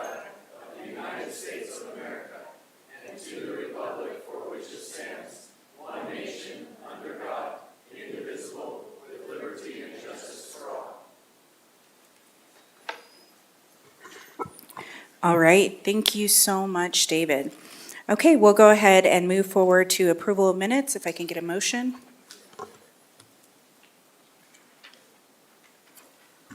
Do you want to take them both together? Yeah, that's fine. All right, I move approval for the minutes for a council meeting on September 10th, 2024, and September 17th, 2024. I'll Okay. second. Thank you, Diane and Adam. Brooke? Ms. Turner? Aye. Mr. Hawk? Aye. Mr. Pickett? Aye. Ms. Cotter? Aye. Ms. Dominguez? Aye. All right, perfect. Thank you so much. We're going to go ahead and move forward to special recognition. Item number 1, Murray City Employee of the Month, Lori Edmonds, Parks and Recreation Cultural Arts Director, and Mayor Brett Hales will be presenting with Kim Sorensen. Come on up, Lori, and is it Kim? Yeah, Kim, come on up. Lori was so excited for this, she got here at 6 PM. I did. I saw her walk in, and I thought, she asked us to do this, we said, we've already done it once, but we'll do it again, but you know I'm teasing. Let me tell you, so Lori, I'm gonna look, I didn't cheat earlier, I usually look to see how many years you've been here, how many years? 8 years, let me tell you, this is Lori Edmonds, and Lori, her official title, she's got a lot of titles, but her official title is Cultural Arts Director. She is in charge of a lot of things. And she is, honestly, when I first started here 3 years ago, almost 3 years ago, Lori and I had a little difference of opinion on certain things, and I'm 100% on board with her now. She has a way of convincing you, but really what she did to prove herself is she worked her tail off. And we've never done 4 concerts in a row. We did 1 in August and 3 in September. What do you call those? Tribute bands. We had almost full houses every time. And Lori was here, probably, you almost needed to get her a hotel and stay over here because she was here quite a bit. But Lori has done so much for the city, and she's amazing. We think she's going to be retiring next year. I won't give a date because that's going to be up to her decision. We may stretch her out. When is it? May. She's really, she is committing now. We're not going to make her sign anything, but I just want to give a lot of gratitude to Lori for what she has done for our city. She's amazing, and she puts on a lot of different hats, and I've watched her do some things that has really impressed me. So thank you, Lori, for who you are and for what you've done for our city. The amphitheater, you've been involved with big time, Murray Theater, the mansion. I'd like to have you here when they're all done, and if there is a possibility, maybe? Yeah. May? May. Does that mean maybe? They'll be done. They'll be done, she says. She's committing to us the theater, the mansion, and the armory.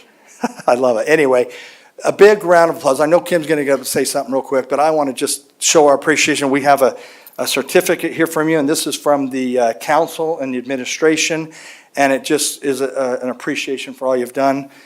Most importantly, there's a $50 Visa gift card here for you that you get to spend how you want. And anyway, thank you, Lori, for all you've done for our city. Okay. Well, the mayor kind of said it all, but if you read the submittal for Lori, you'll notice that it was the concert series that we was the reason we requested that Lori get Employee of the Month right now. But as I was thinking about this today, there are a lot of things that Lori does that I suspect most of us don't realize.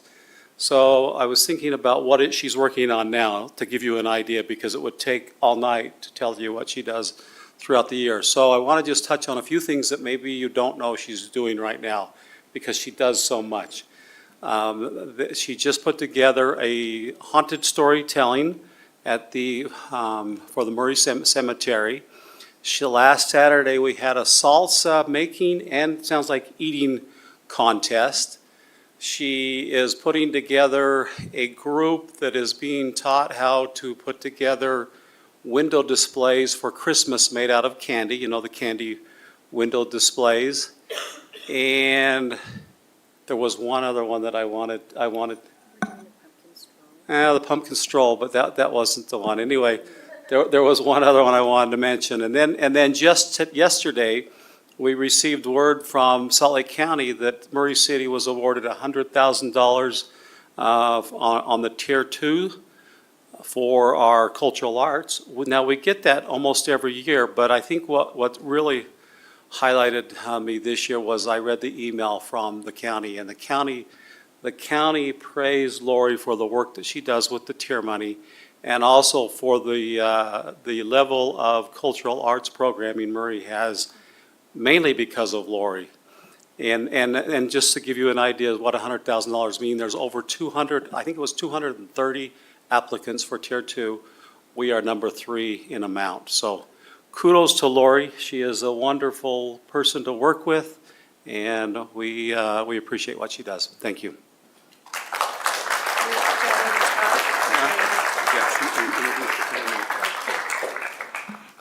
Thank you very much. I appreciate it.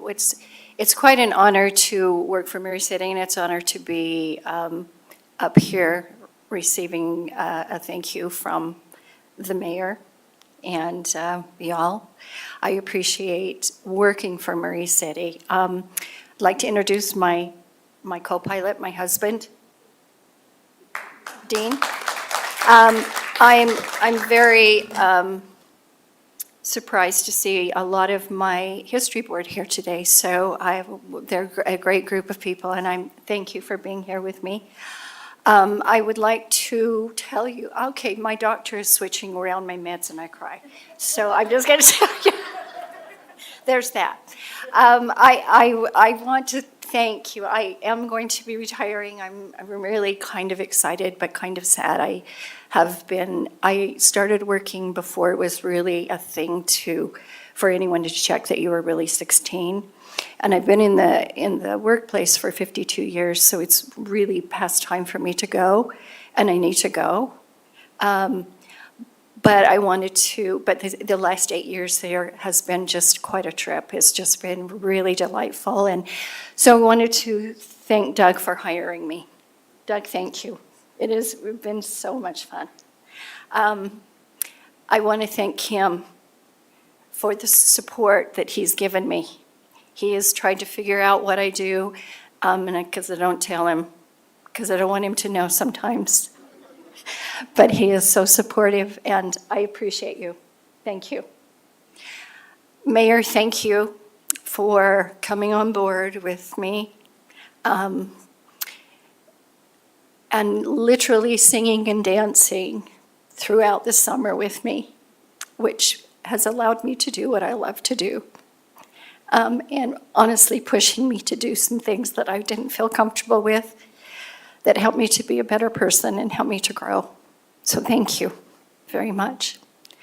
I also want to take a second and thank my staff. Amazing, amazing people.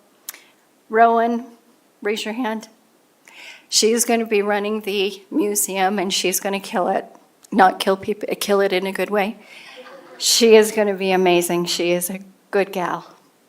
Caitlin, she is working with Arts Ed right now, which is a really important part of what we do. Every time I give her something new to do, she just takes it and runs with it and does her best to understand. Robert, has helped me out of more scrapes than I want to admit. He is a gift. I told Kim the other day that he is my fairy godmother. So thank you, Robert. And Katie, who has been with me before I came here. We both worked at South Jordan and kind of did the same thing that we're doing here. She's been with me during my bad times as well as my good times, and I love her like she belongs to me, so I will miss her, but she is going to do some really marvelous and fabulous things at the theater and for cultural arts. And I would be really remiss if I didn't thank Marianne for allowing me to have this job. She really put in a fabulous foundation for cultural arts. Murray City is really one of the best, if not, can I just brag, the best cultural arts departments, and it's because of Miss Marianne. So I'm grateful to her. Thank you all for supporting the 3 old buildings that we're doing. They will get done. I am bought a tool belt so I can help if necessary, because I do want to see them done before I go. So thank you for your financial support, and thank you for everything.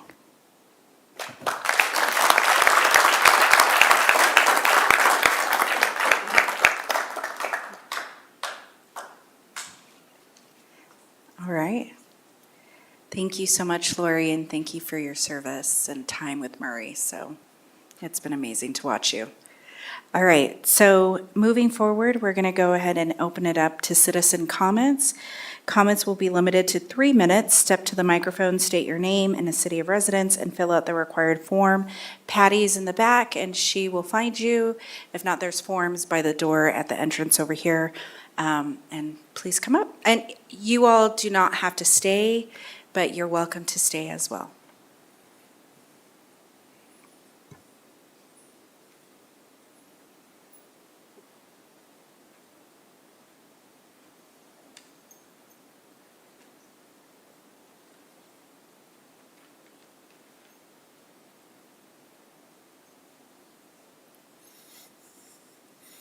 Is that coming up at all?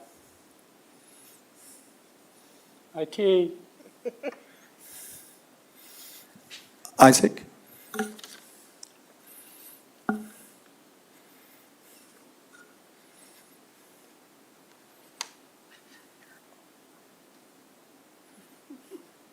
Just a simple thing, huh? Okay.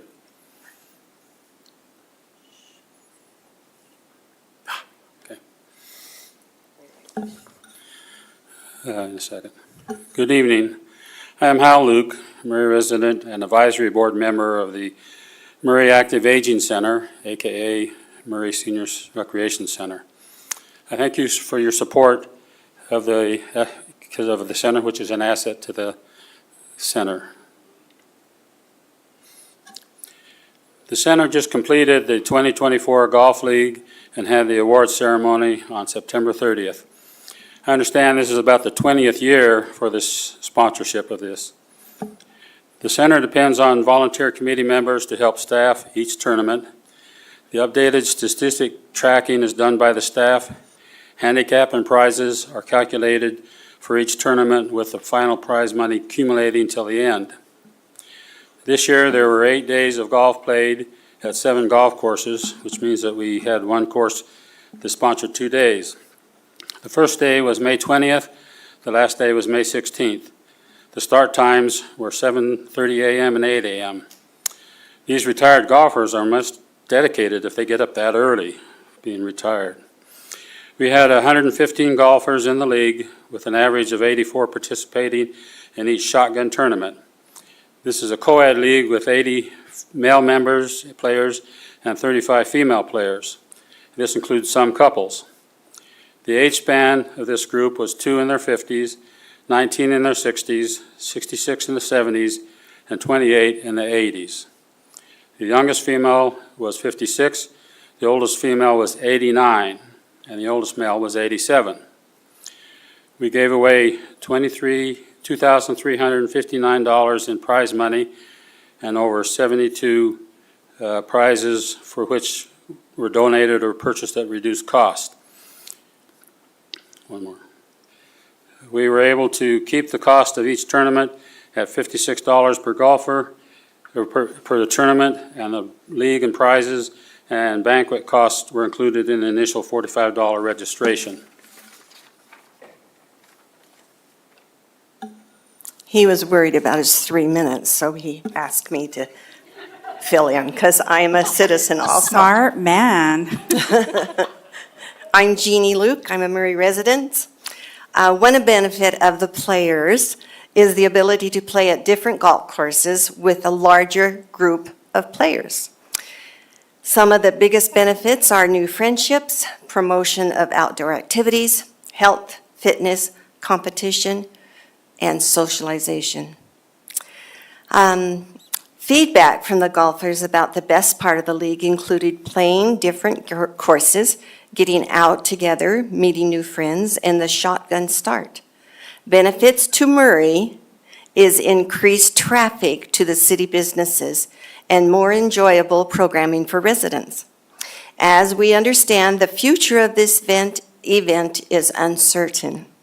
And as the retired golf population is growing and the local golf courses are not as much interested in large group leagues. Thank you for supporting the golf league, allowing old folks to hit that little ball around. We thank you for allowing us to update on your investment of the Murray Active Aging Center, AKA Murray Senior Recreation Center, and for letting my husband have a purpose in life.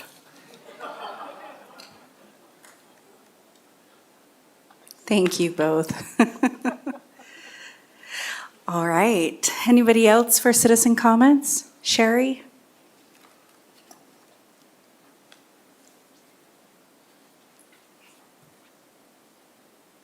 Do I do the address and blood type and everything? Yes, Okay. city at least. Be positive. Sherry Van Bibber, 5469 Avalon Drive. We just wanted to extend an invitation to everybody, and everyone left, but for the Haunted Woods coming next week, the Murray Haunted Woods. It's our 50th anniversary. Kim, were you around in the beginning? You're not old enough to be around in the beginning. Murray City started it, and the Murray Exchange Club took it over. And so this is our anniversary, and we have a lot of amazing things happening this time, especially. Parents Empowered of Utah gave us a grant and has joined to sponsor us this year. So they're doing a lot of extra things that we're giving all of our residents that come. It's a $5 ticket, but the proceeds go to prevention child abuse groups and domestic survivor groups all over the state. We have 2 other exchange clubs, Taylorsville Exchange Club and Bonneville Exchange Club, that are coming in to help.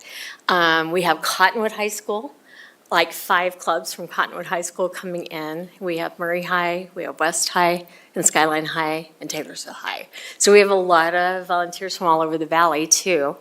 And we just want to, I have 2 tickets for each of you. So don't be too scared. The silly trails from 5 to 7, so Mayor Hales, that might be more your level, I don't know. Cindy can do the scary trail. And then scary trails from 7 to 9. The Ghostbusters are coming. They've got a 3-story high, the Marshmallow Man. They've got the car. They're all dressed. We've got the Mandalorians coming. We have the Utah Dance Company from the Wrights coming.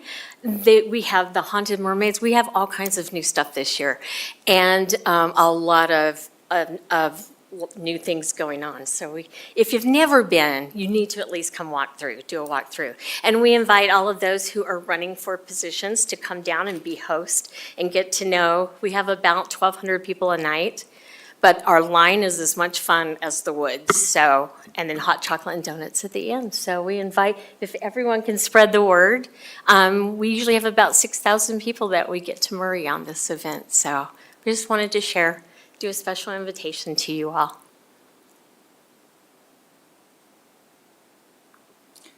All right, thank you, Sherry. All right.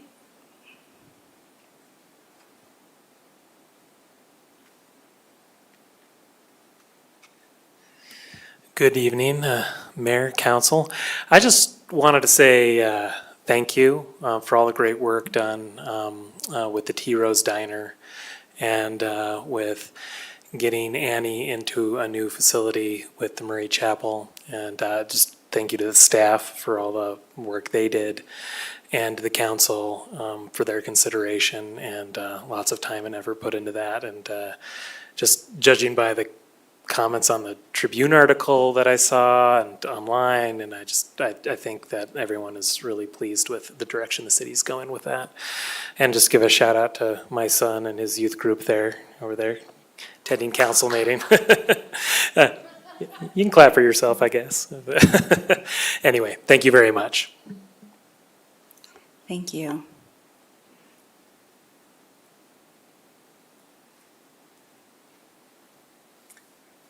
I'm going to set a timer because I talk for a living and I'm nervous at microphones apparently.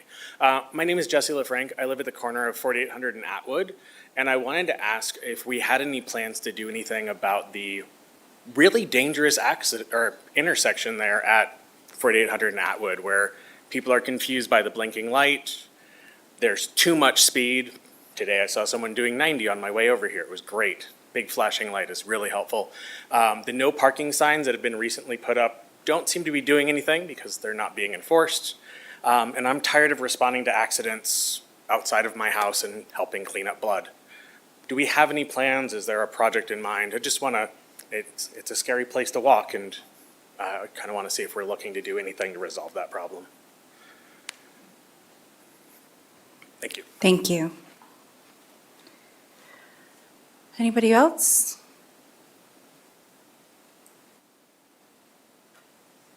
Okay.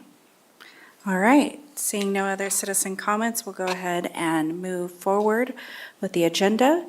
We are passing consent agenda. We're going to go straight to public hearing. Consider number 1, consider an ordinance relating to land use amends the zoning map from R18 single family low density to RNB residential neighborhood business for the property located at 323 East Winchester Street, Murray City. David.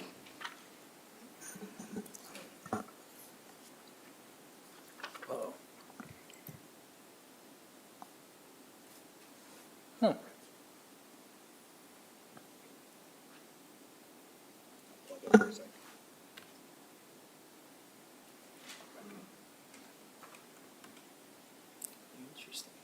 So it froze on that. Yeah.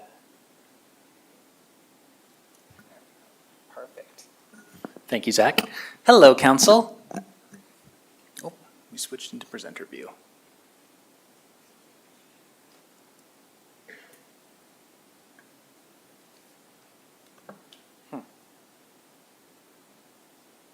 Sorry, give me just a minute here.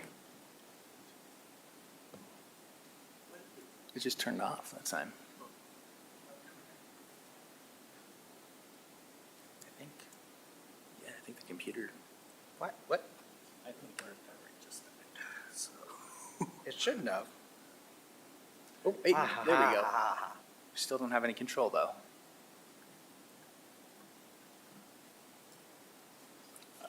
Professionals take over.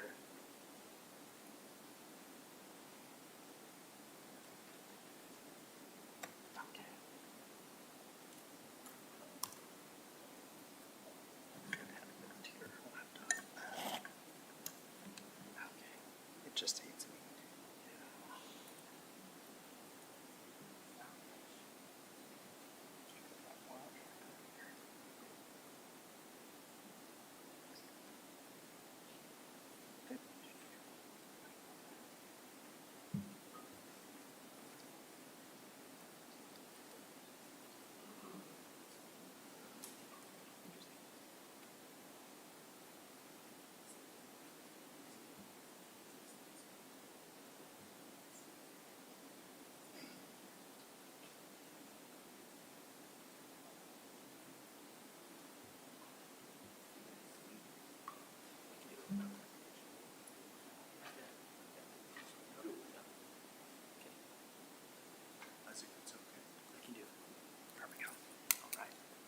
Thank you.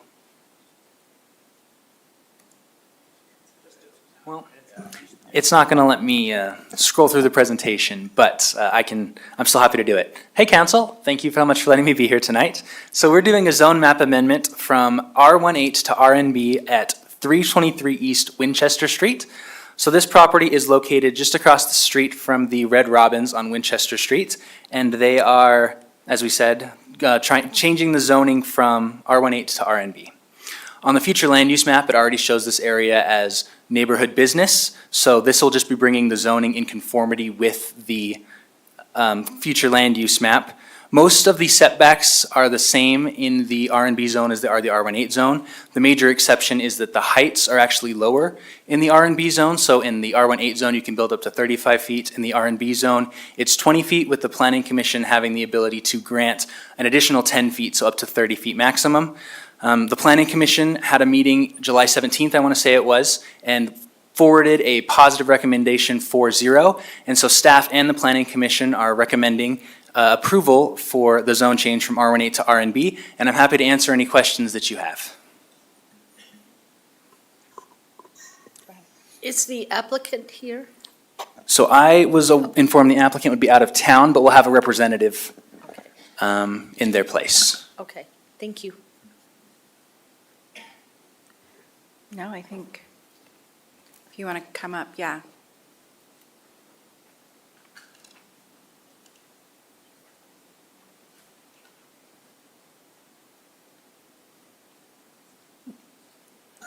Good evening, Council. I'm Susan Nixon, I'm resident of Draper. The applicant, Mr. Andrew Allman, is out of town, and he requested that I come on his behalf. And this request is a simple zone change request from R18 to RNB.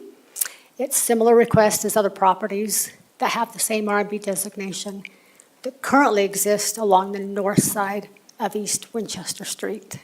And as was stated, it's consistent with the city's general plan and future land use map.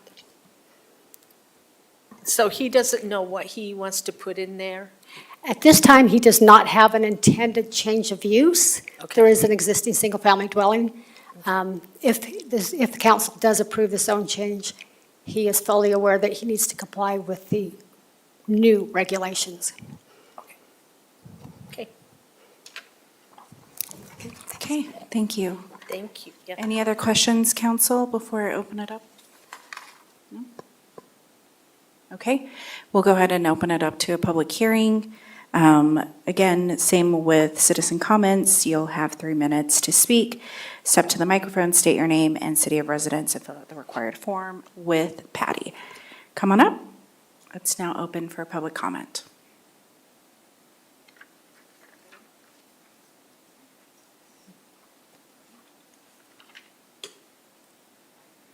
All right, do we have any comments that have come in at all? Do you know? We have not had any comments come in since we discussed it at Committee of the Whole. Okay, perfect. I'll go ahead and close public comment period. And do you want to go ahead and sum up anything else? I don't think so. I think this is consistent with the general plan and is similar to other properties in this area. Okay, thank you, David. And I will take a motion from the council.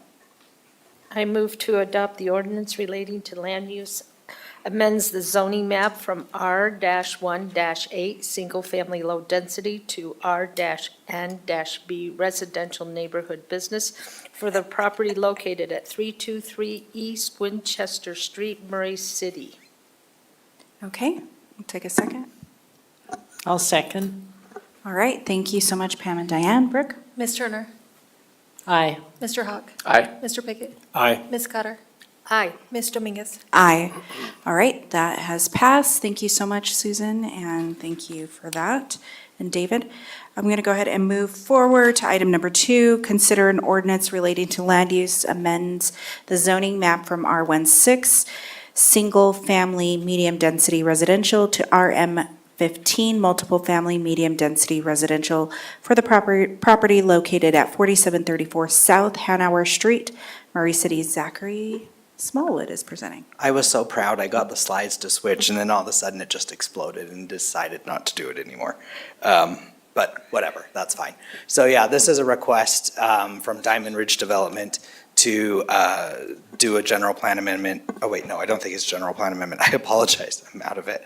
A zone map amendment from R16, low-density, single-family, to RM15, which is medium-density, multifamily. The general plan does allow, as this is listed as medium density, it does conform with this area. It has a list of different zones. R16 is in there, RM15 is in there as well. To the northwest of the, or I apologize, northeast of this parcel is a fourplex that was built quite a bit of, probably in the 1950s. Also some other multifamily units that are non-conforming in this area. That's why staff was willing to support the rezone in general. And yeah, with that, I'm happy to take any questions. And yeah, so the Planning Commission also did recommend, I believe 4-0, to forward a recommendation to the planning, to the City Council as approval as well. Sorry for the technical issues. I don't know why it's being weird. Go ahead.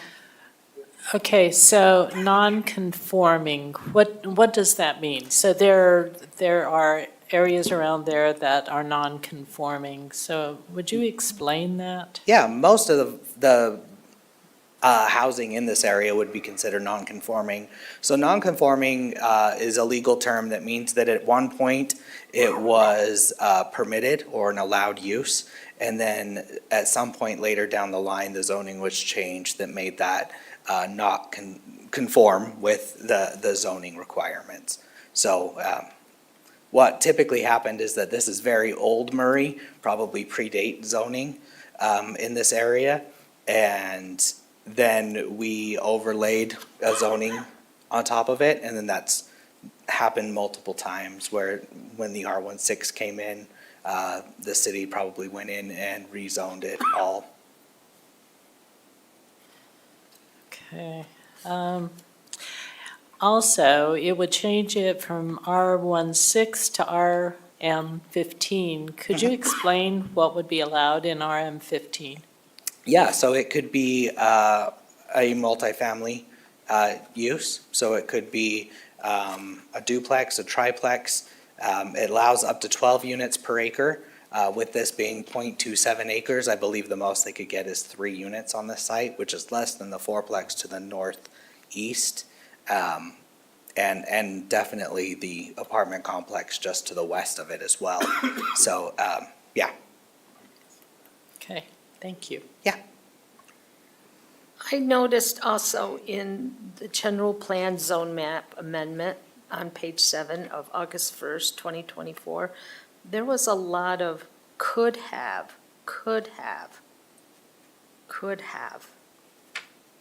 I'm very concerned about that. Could you Yeah, elaborate on that for it says he me? reviewed the difference between R16 and RM15 zone. He said that, and I'm trying to read through the draft thing. He said that in the current zone, the applicant could have a maximum of 3 units, 2 height restrictions. Mhm. Then the planning commission could approve a height increase. Mhm. So is that going to happen? I mean, could have, sounds to me like it can happen. Yes. So, I mean, the height difference, I mean, is really not all that different. I believe that the standard is 30 feet in that zone, and it's allowed with planning commission approval to be up to 40 feet, which is about 5 feet higher than what's allowed. And then he discussed the setbacks and that they could be increased in the RM15 zone. And then he said the parking requirements would also be increased. I have some concern about the parking. And then Mark Hardy said that it would increase the property value. And then the commissioners discussed, Mr. Henry and with you, the applicant made the right kind of request for this type of zone. Could he have done another type of zone instead of this one? I mean, technically, any resident or any property owner can request any zone they want at any time. Whether the city or city staff would support that or not is another thing. Staff felt that this was the most appropriate zone for a request like this. And to go back to those setbacks, yes, those, a change in the zone, when I mentioned could have in these meeting minutes, it's because it could be greater setbacks. So if they get this zoning, they could and they would have greater setbacks. So for example, the R16 has, I believe, a 20-foot rear, front yard setback. The RM15 has a 25-foot rear yard setback, so it's actually gonna be further away from the street. And then also, an RM15 zone has a parking requirement of 2.5 spaces per dwelling unit, where a single-family residential zoning district has 2 spaces per single family. So it actually has more parking requirements than an R16 would have. And did you receive did the council receive the email from the citizen? And did we all read that from the citizen? That would be. Oh, that's true. I'm just wanted to ask. Yeah, I believe there was a comment that was emailed in, I think, yesterday, I think. Yeah. So Adam? just curious about this zone with Sure. the parking requirement. Would it be, so in this one hypothetically, they put 3, would it be 3 driveways, or are we looking at a parking lot that they'd have to create here? It would be up to them how they provide it. Typically, what these would do, from what I understand the applicant wants to do, is 3, like a triplex townhome type product. Okay. So it would most likely be 2 spaces in a garage, and then there would be a little guest parking area. But the zone could go either way. Yeah. He's thinking that way, but the zone could. Yeah, exactly. It could go either way. How big's the parcel again? 0.27 acres, so a little 0.2. over. Yeah, it's not very big. No, it's not very big. Yeah. And is there on-street parking on that street? I can't remember. There might be, but that wouldn't count towards their Okay, because parking it's requirement. pretty narrow. I Yeah. mean, that street's pretty narrow. Yeah, and any development that would come forward, Regal. I would anticipate the city engineer would probably say no parking. The Hanauer side is actually quite wide. Right, The but Regal Regal. side is definitely much narrower. Yeah, okay. Any other questions before we move to public comment? Okay, thank you, thank you. Zach. Let's go ahead and open it up to public comment. Again, you have 3 minutes on the mic. Please state your name and your residence and come forward, please.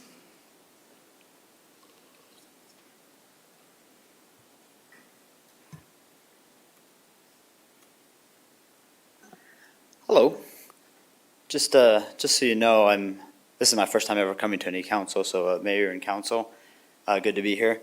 The reason I did come though is I live on Hanauer. I'm actually the neighbor to this, and I just don't see how you're putting a triplex in there.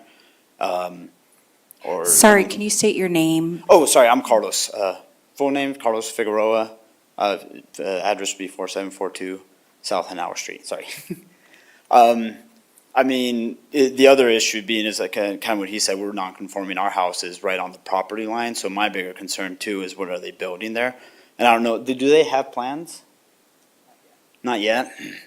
Yeah, I just don't see how, especially if they're gonna be building something that's gonna be really tall, that's just gonna overlook right into our neighborhood, or right into my house. As well as, I don't know, kind of like the whole entire street parking. There's no way they can build something that would have access from Hanauer. It would have to be completely on Regal. And that street by itself, people are parking on both sides. And, you know, if there's one car coming, the other one has to stop, kind of like on Box Elder. I don't know if you guys have ever been there. So those are just my concerns. I just don't see how you're going to build a triplex or even a duplex on that plot of land without having absolutely nowhere to put any type of parking or just to make it super tall and super inconvenient. That's my public comment. Thank you. Thank you, Carlos. Anyone else? Okay, I'm going to go ahead and close the wait, sorry, we had an email, correct? So do you have the email? Or we just received an email? Yeah, but we don't have to read that. I know, I am just Okay. making sure that we just identify that we did get an email, okay? Okay, all right. thank you so much. I'm going to go ahead and close the public comment period, and we'll move forward with any questions from the council. Sorry, is there an applicant here or, okay? I don't know if you want to, do you want them to come up? Okay, yeah, if you want to address anything to the council, please come forward.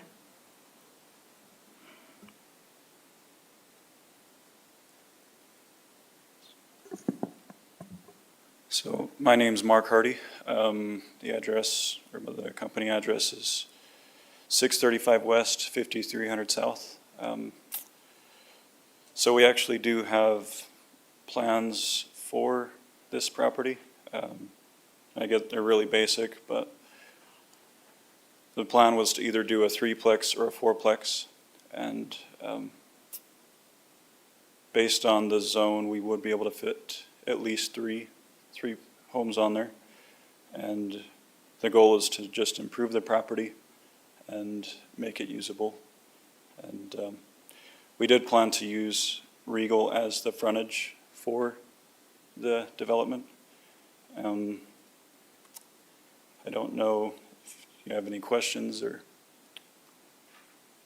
yeah. Council, any questions? Okay, thank you so much, Mark. And if there's anything else from staff? Anything else? Okay, I will take a motion.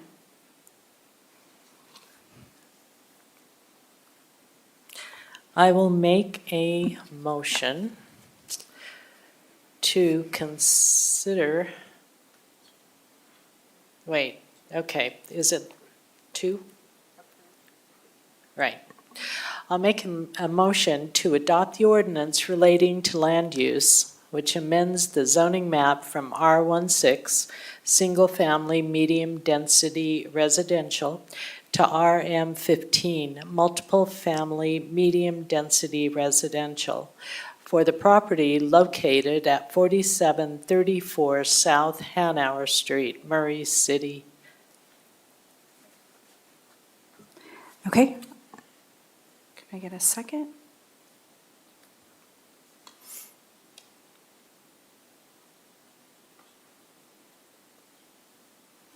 Okay. No second? All right. Okay. I guess, what do we do now? Just move forward? Yeah, motion failed. And, yeah, okay, we'll move on. Go ahead. So in land use matters, we really need a decision, whatever it is. Whatever it is. All right, So I'll we- second. And if it's a no, then give your reasons for the no. For the Okay. record. All right, so we have a first and a second, and Brooke? Yep, Ms. Turner. Okay, I'm voting no, and my concern is the size of the property. I went and checked it out, I went and looked at it, and it just, from my perspective, does not make sense to have that much housing on that small a property. So my vote's no. Mr. Hawk. No, and I'm also concerned about the size of the lot, as well as setting a standard for the neighborhood. Mr. Pickett. As a District 1 representative, my vote is nay. And it's a simple issue of overcrowding small property and streets. Ms. Cotter. I'm going to say no, nay, because of the parking and the citizens' comments. My vote is also no, have been in that area several times in the last few months. It is pretty, the property is pretty narrow, and the street's pretty narrow, but we need new development in the area for sure. It's probably, for me, it's not the right fit for this and how narrow it is, and so my vote is no. All right, so there's our decision. I'm going to go ahead and move on to item number 3 for public comment. Consider a resolution approving the city's application for a grant from the Edward Bryan Justice Assistance Grant Program, JAG, Brian Wright and Kristen Reardon are presenting.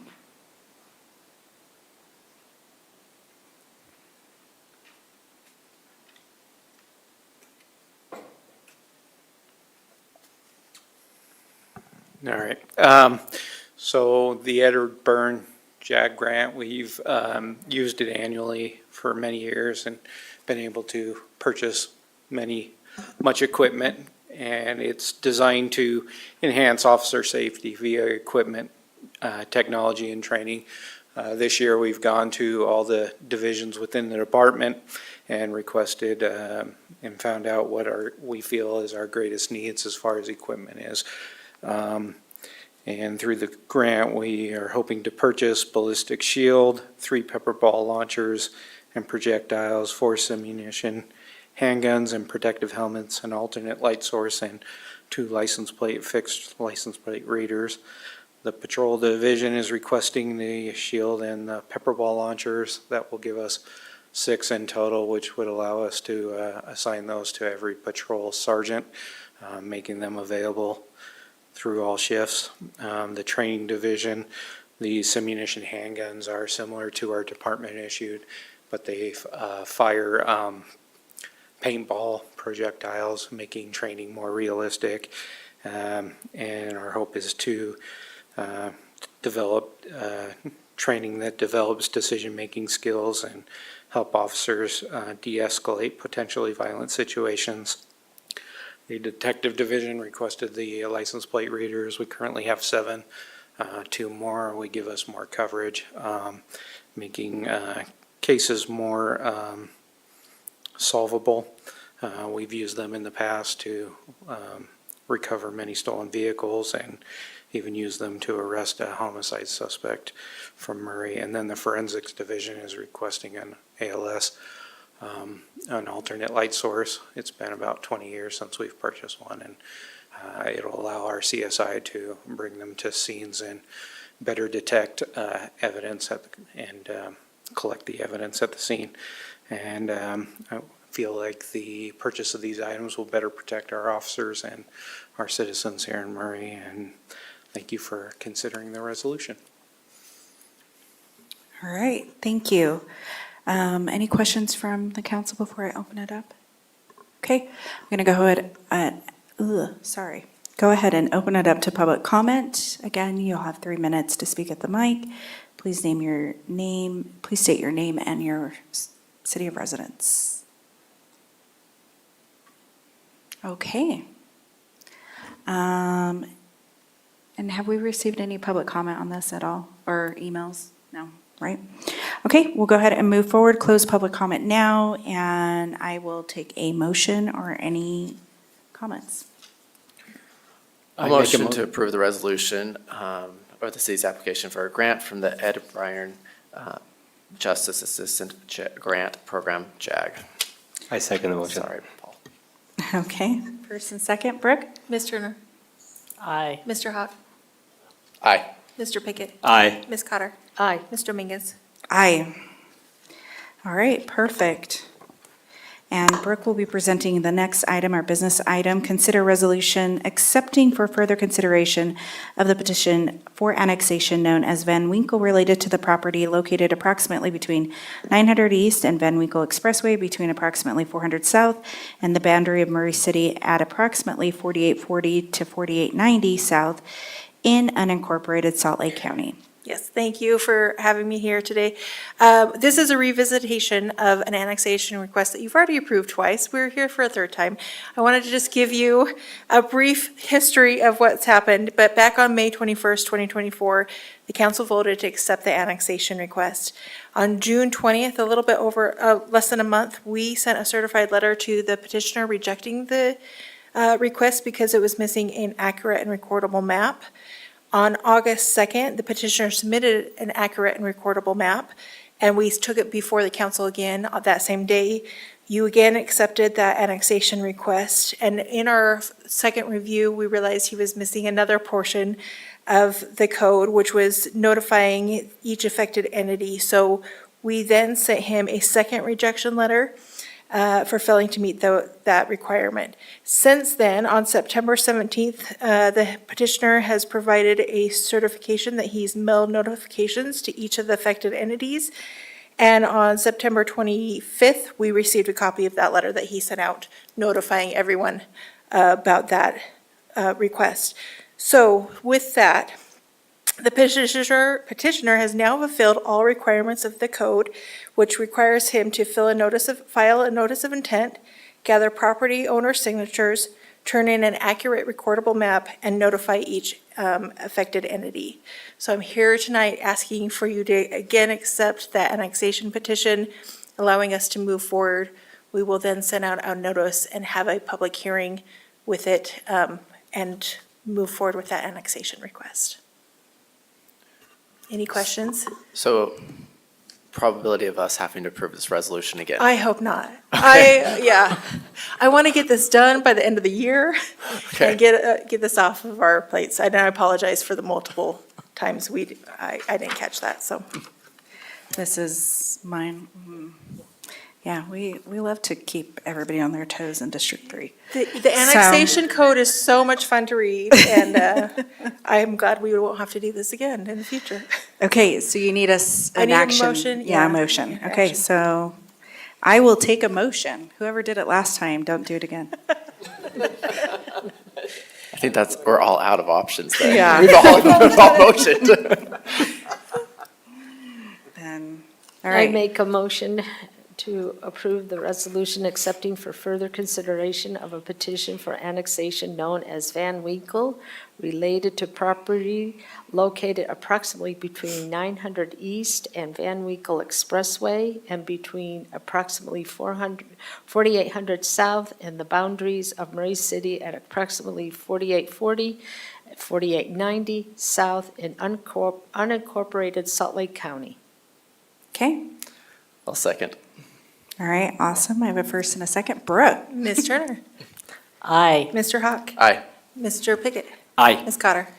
Aye. And Ms. Dominguez? Aye. Thank you so much for this. All right, We will thank move you. forward. Okay, Mayor. All right, we had our fire department put on a program. I don't know if we had told you earlier, but for ages 16 to 20, to those that want to be interested in being firefighters, they had 19 participate and 16 of them were passed, and it was a pretty rigorous program. And so that 16 graduated from the fire department camp, and it was held last week. The purpose of the camp is to expose individuals to what it's like to be a firefighter. So it was a great program. Jeff, give props to everyone there for your success on that. Also, the annual Mr. pumpkin Mayor. race will be held west of the Park Center so this Friday at 6 p.m. After the race is the pumpkins and piñatas. Oh, sorry, I'll stop. I just had a question about Camp Sparta.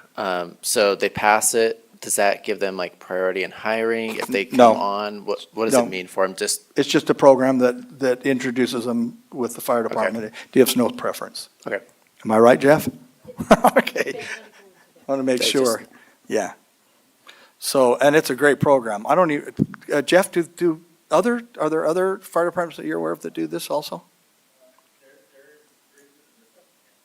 Oh, you have to come up. Okay, Sorry, we go can't ahead. hear you. Sorry, Jeff, I'm making you come to the mic. I apologize. Here, I told you I wouldn't do that. Your mic. Goodness. There you go. Could we just say it's a late day? I don't know how you guys do this all the time. So this camp was a first for Murray, and it doesn't give them any credit. It just gives them life exposure. And I wish I had that starting out because we at least gave them the direction. So saved a little bit of hard knocks. As for other camps, there's one Draper does, all-female Camp Fury, but that's the only one I know of currently. So, yeah. Any other questions about camps? Wish you guys could have made it. If you could check our social media, there's some great pictures on there. Thank So, you. and they had a blast. We would like to send the city council member, Hawk, to the next camp, All just to right. see how it goes. You bet. And if you guys would like, we can Challenge throw one just accepted. for city council. Heard there's some history there with He's council good. members and fire, Did he so- say challenge accepted? Take him up on it. No, and if you That guys want, I would includes- love to have you guys all out there. Does We that could just include make a half tasing? day.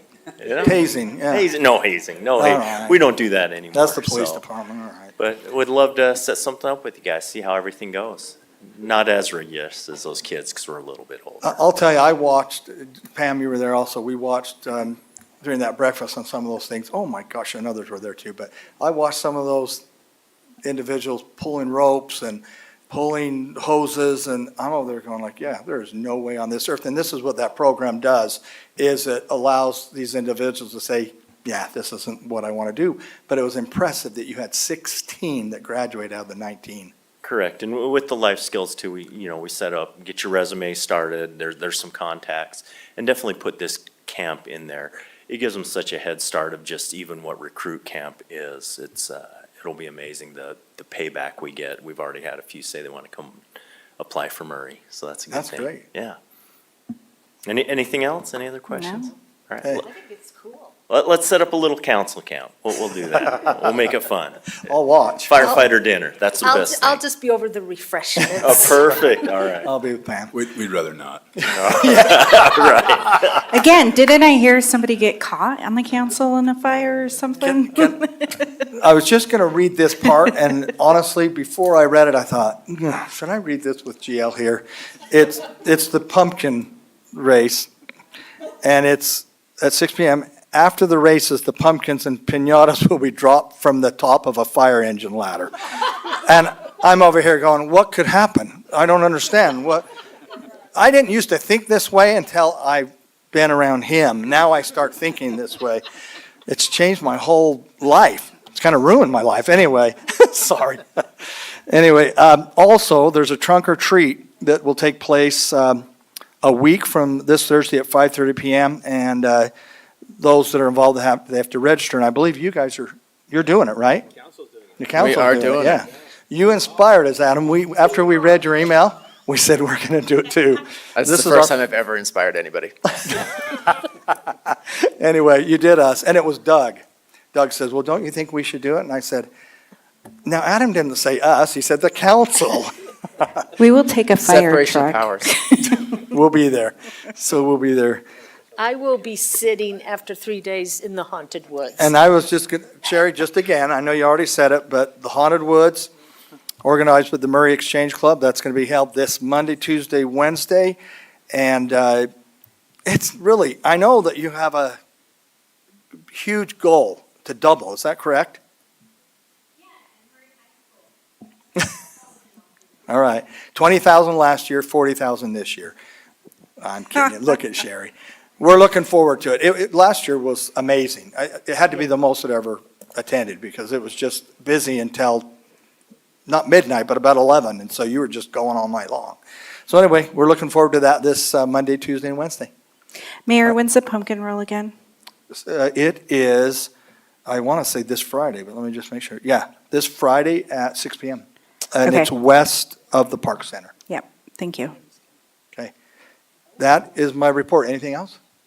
Okay, thank you. All right, I guess we can say this meeting's adjourned and we can go home. Thank you. Have a good evening.